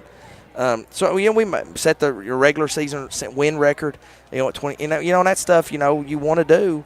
But also I think this the grind of the season. We've played a lot of games. We've played a lot of games on the road here at the end, and I hope that our guys will kind of be a fresh breath of fresh air and just kind of relax. And now we get to go be the underdog and play with a little bit of edge and try to make a special postseason run. And you didn't hear me say this right before you sat down. With the 23rd win tonight, that puts the Highlanders in the top 20 teams in the state of Tennessee in terms of wins. All classifications, A through 4A, and both public and private schools. Yeah. That's an accomplishment in itself. That's pretty cool. Top 20 in terms of wins across the state of Tennessee. Yeah, and we're top 20 in the state in AAA in strength of schedule. Right. We've not played a bunch of – And 10 in the – came into the night, number 10 in the Coach T AAA rank. So that's what ranked 10. Yeah, ranked 10. I mean, we fell out of that Friday night after that loss, but somehow the other teams didn't do well that played on Friday and Saturday and came back in as number 10. And I mean, so those are real accomplishments. That stuff's and that to be honest with you, that upsets us even more that Trey wasn't a Mr. Basketball finalist because it's not just Trey. I mean, that's a disrespectful to us as a program and our team. That saying that our wins are not as don't matter as much as other people's wins. Oh my! And that we've played. I told them before the game, guys, we've played a tough schedule. We've probably played tougher schedules. But we've played a tough schedule. This year Certainly we've been did. on the road and. We played 2 Christmas tournaments, and that's hard. That's really hard to do. We probably won't do it again. We done it my first year. We didn't do it till this year again, and it'll probably be 5 or 6 more years before we do it again. I'm just telling you, it's hard. It is. It's hard on your parents. But we also want to get these guys as many games as we could, and I'm proud of them. I know they're weary, and but it's like when the regular season ends, just like anything else in life, when you move on to something that's new and fresh. There's an interest that there's something that just sparks your interest and that kind of gets your juices flowing a little bit. And I hope with the district tournament, just postseason and the sense of urgency and with the season, your career could end. Your season could end. Your career could end. Hopefully, I hope that gets us locked in. We light the tires, and, light the fires and kick the tires is what we say or what I say. They laugh at me, but we're excited to move on to the the postseason and try to do something special. You don't hang banners for regular season championships. You hang them for postseason. That's when you hang them for postseason. That's exactly right. And I think that if I talk with the top 10 players that you've got on your team, and I walk up to them right now and I say, what is it you want to do? And to a young man, I think every one of them would say, we want to go through the postseason. We want to do well. We'd like to see if we can go sub-state. We'd like to see if we can go to the state tournament. I believe every one of them would say that, Coach. I text with the guys. We've got a group chat. I text Trey the other night, just some stuff about Mr. Basketball. And, I said, just said some stuff about it. And he said, Coach, we're good. Let's go win a district and region championship. Mm-hmm. And, when your leader says stuff like that, we don't want it just to be me saying it, We don't want it to just be me, Derek, and Grant saying it. And if there's not buy-in, the shared buy-in from every person in that locker room, then it's just words. Exactly. And, I think there is. And like I told them tonight, because I've even heard them say it. They talked about throwing an oop to Trey in that zone earlier in the game, but even one of them said, "But I don't want to get him hurt." And I think they've thought about that. Because they get it. They get it. They get it. These kids, we think, they think they're smarter. They think, that sometimes they think they're smart. They're smarter than they think they are. We don't think they're smarter than we think they are sometimes. And then we think, oh my gosh, how does this kid make straight A's? But they're pretty slick and they get it, and they understand that you come over here and win at Gibbs, it's a big deal. You need to win. Right. They also know that Thursdays, what matters. Right. And they all matter. But I think I told them in the locker room just saying go. I feel like not that we didn't play hard tonight. We did. I thought we played hard. Not as hard as we do normally. We're not taking as many charges. We're not diving on the floor like we normally do, and it just like reckless abandon.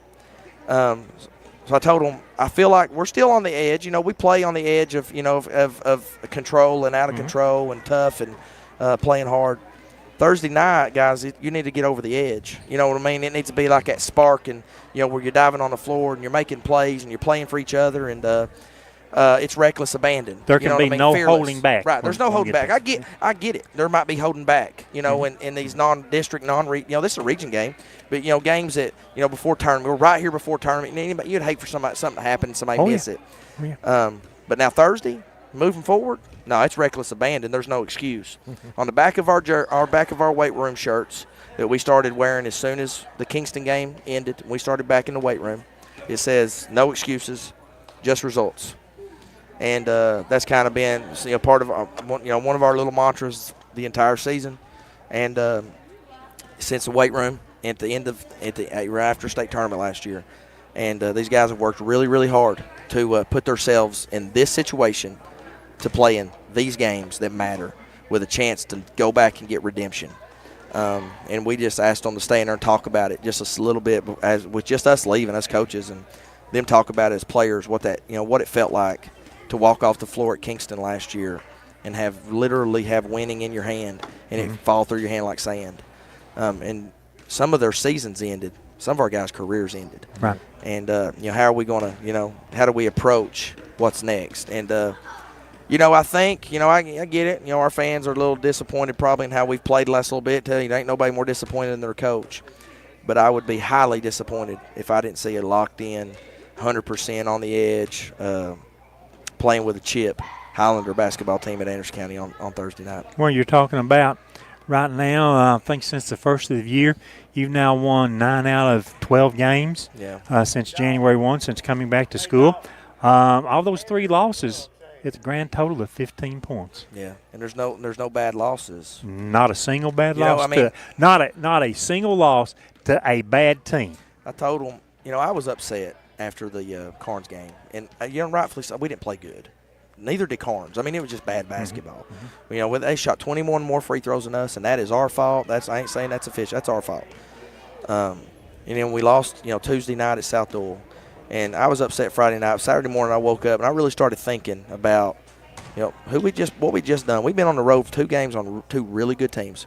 A AAA team in South Doyle that could very easily play in the state tournament that got beat by Fulton by 3 the next, that Friday. And then a Carnes team that could very easily play in a district championship game, region semi, the sub-state game. No bad losses. And that's one thing I'll say for his team all year. We ain't got no bad losses. Hampton beat the dog out of us over at Maryville. Hampton will be in the state tournament, may win it. They're as good as anybody in single A. no bad loss, and I appreciate that about these guys. Even when they don't have their best stuff, we find a way to to give ourselves a chance. And, that's what we love about them, and that's why they won a bunch of games, not just this year. That's why they've won a bunch of games in their 4-year career. Yeah, I went back and re-added. I think this actually makes the 78th win in their 4-year career. Woody and I have talked about that a lot, driving back and forth and over here a while ago, and we said, that's one of the greatest 4-year stretches in Highlander history. Yeah, it's a pretty good run. I mean, you're talking about like teams that, to win that many games. A lot of teams are making a deep postseason run, and we've not yet. So, be nice to knock that out this year. Let's add to the total. All right. Hey, we need everybody. Both boys and girls play Thursday at Anderson County versus Halls. Girls at 6, boys at 7:30. We need that play. It don't need to be a neutral game. It don't need to be a neutral site game. Got to be a home game. That thing needs to be a Highlander gymnasium game. We talked about Highlander we can't fans. get enough people. We got too many people put in our seats at home.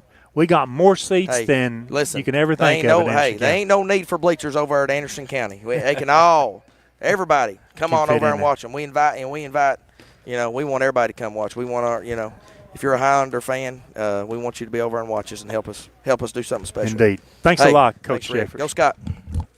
Once again, we want to thank and congratulate our girls team. They were a 48-44 winners tonight over Gibbs. And the boys, they hold on. They fight off Gibbs. Gibbs just kept coming and coming and coming back. It was a 63-54 win for the Highlanders tonight in the boys' game. So, Woody, what else do you want to say? That's I thought good. Coach summed up a lot for us there. That's good what he said and everything. We finished on that. Just like I said, we need everybody there. There at Anderson County High School Thursday at 6 o'clock. Support the girls sitting around 7:30. The boys will start. Both of them Halls. Both of them will be great games, and we see what this program and the boys and girls can do this week. Indeed. A reminder once again, those broadcasts will be on the IH Sports Network at 6 and at 7:30. We'll start probably about 6:20 ahead of the girls' game. Because of contractual arrangements at Anderson County High School, as they're part of the NFHS network, we cannot bring you live video. We will be bringing you audio only. Same is true of the Oneida Indians in their district tournament from down at Wartburg. It's audio only broadcast. If there was a way, we would find a way to do video, but the other schools, they sort of have the contracts and they have it shut out. So that's it for our coverage of Highlander basketball tonight. We want to thank Woody, want to thank Cameron, want to thank Ben, and for myself, Rick Keaton. It's been a great night of basketball for the Highlanders. We'll see you Thursday night from Anderson County High School. Good night, Scott County.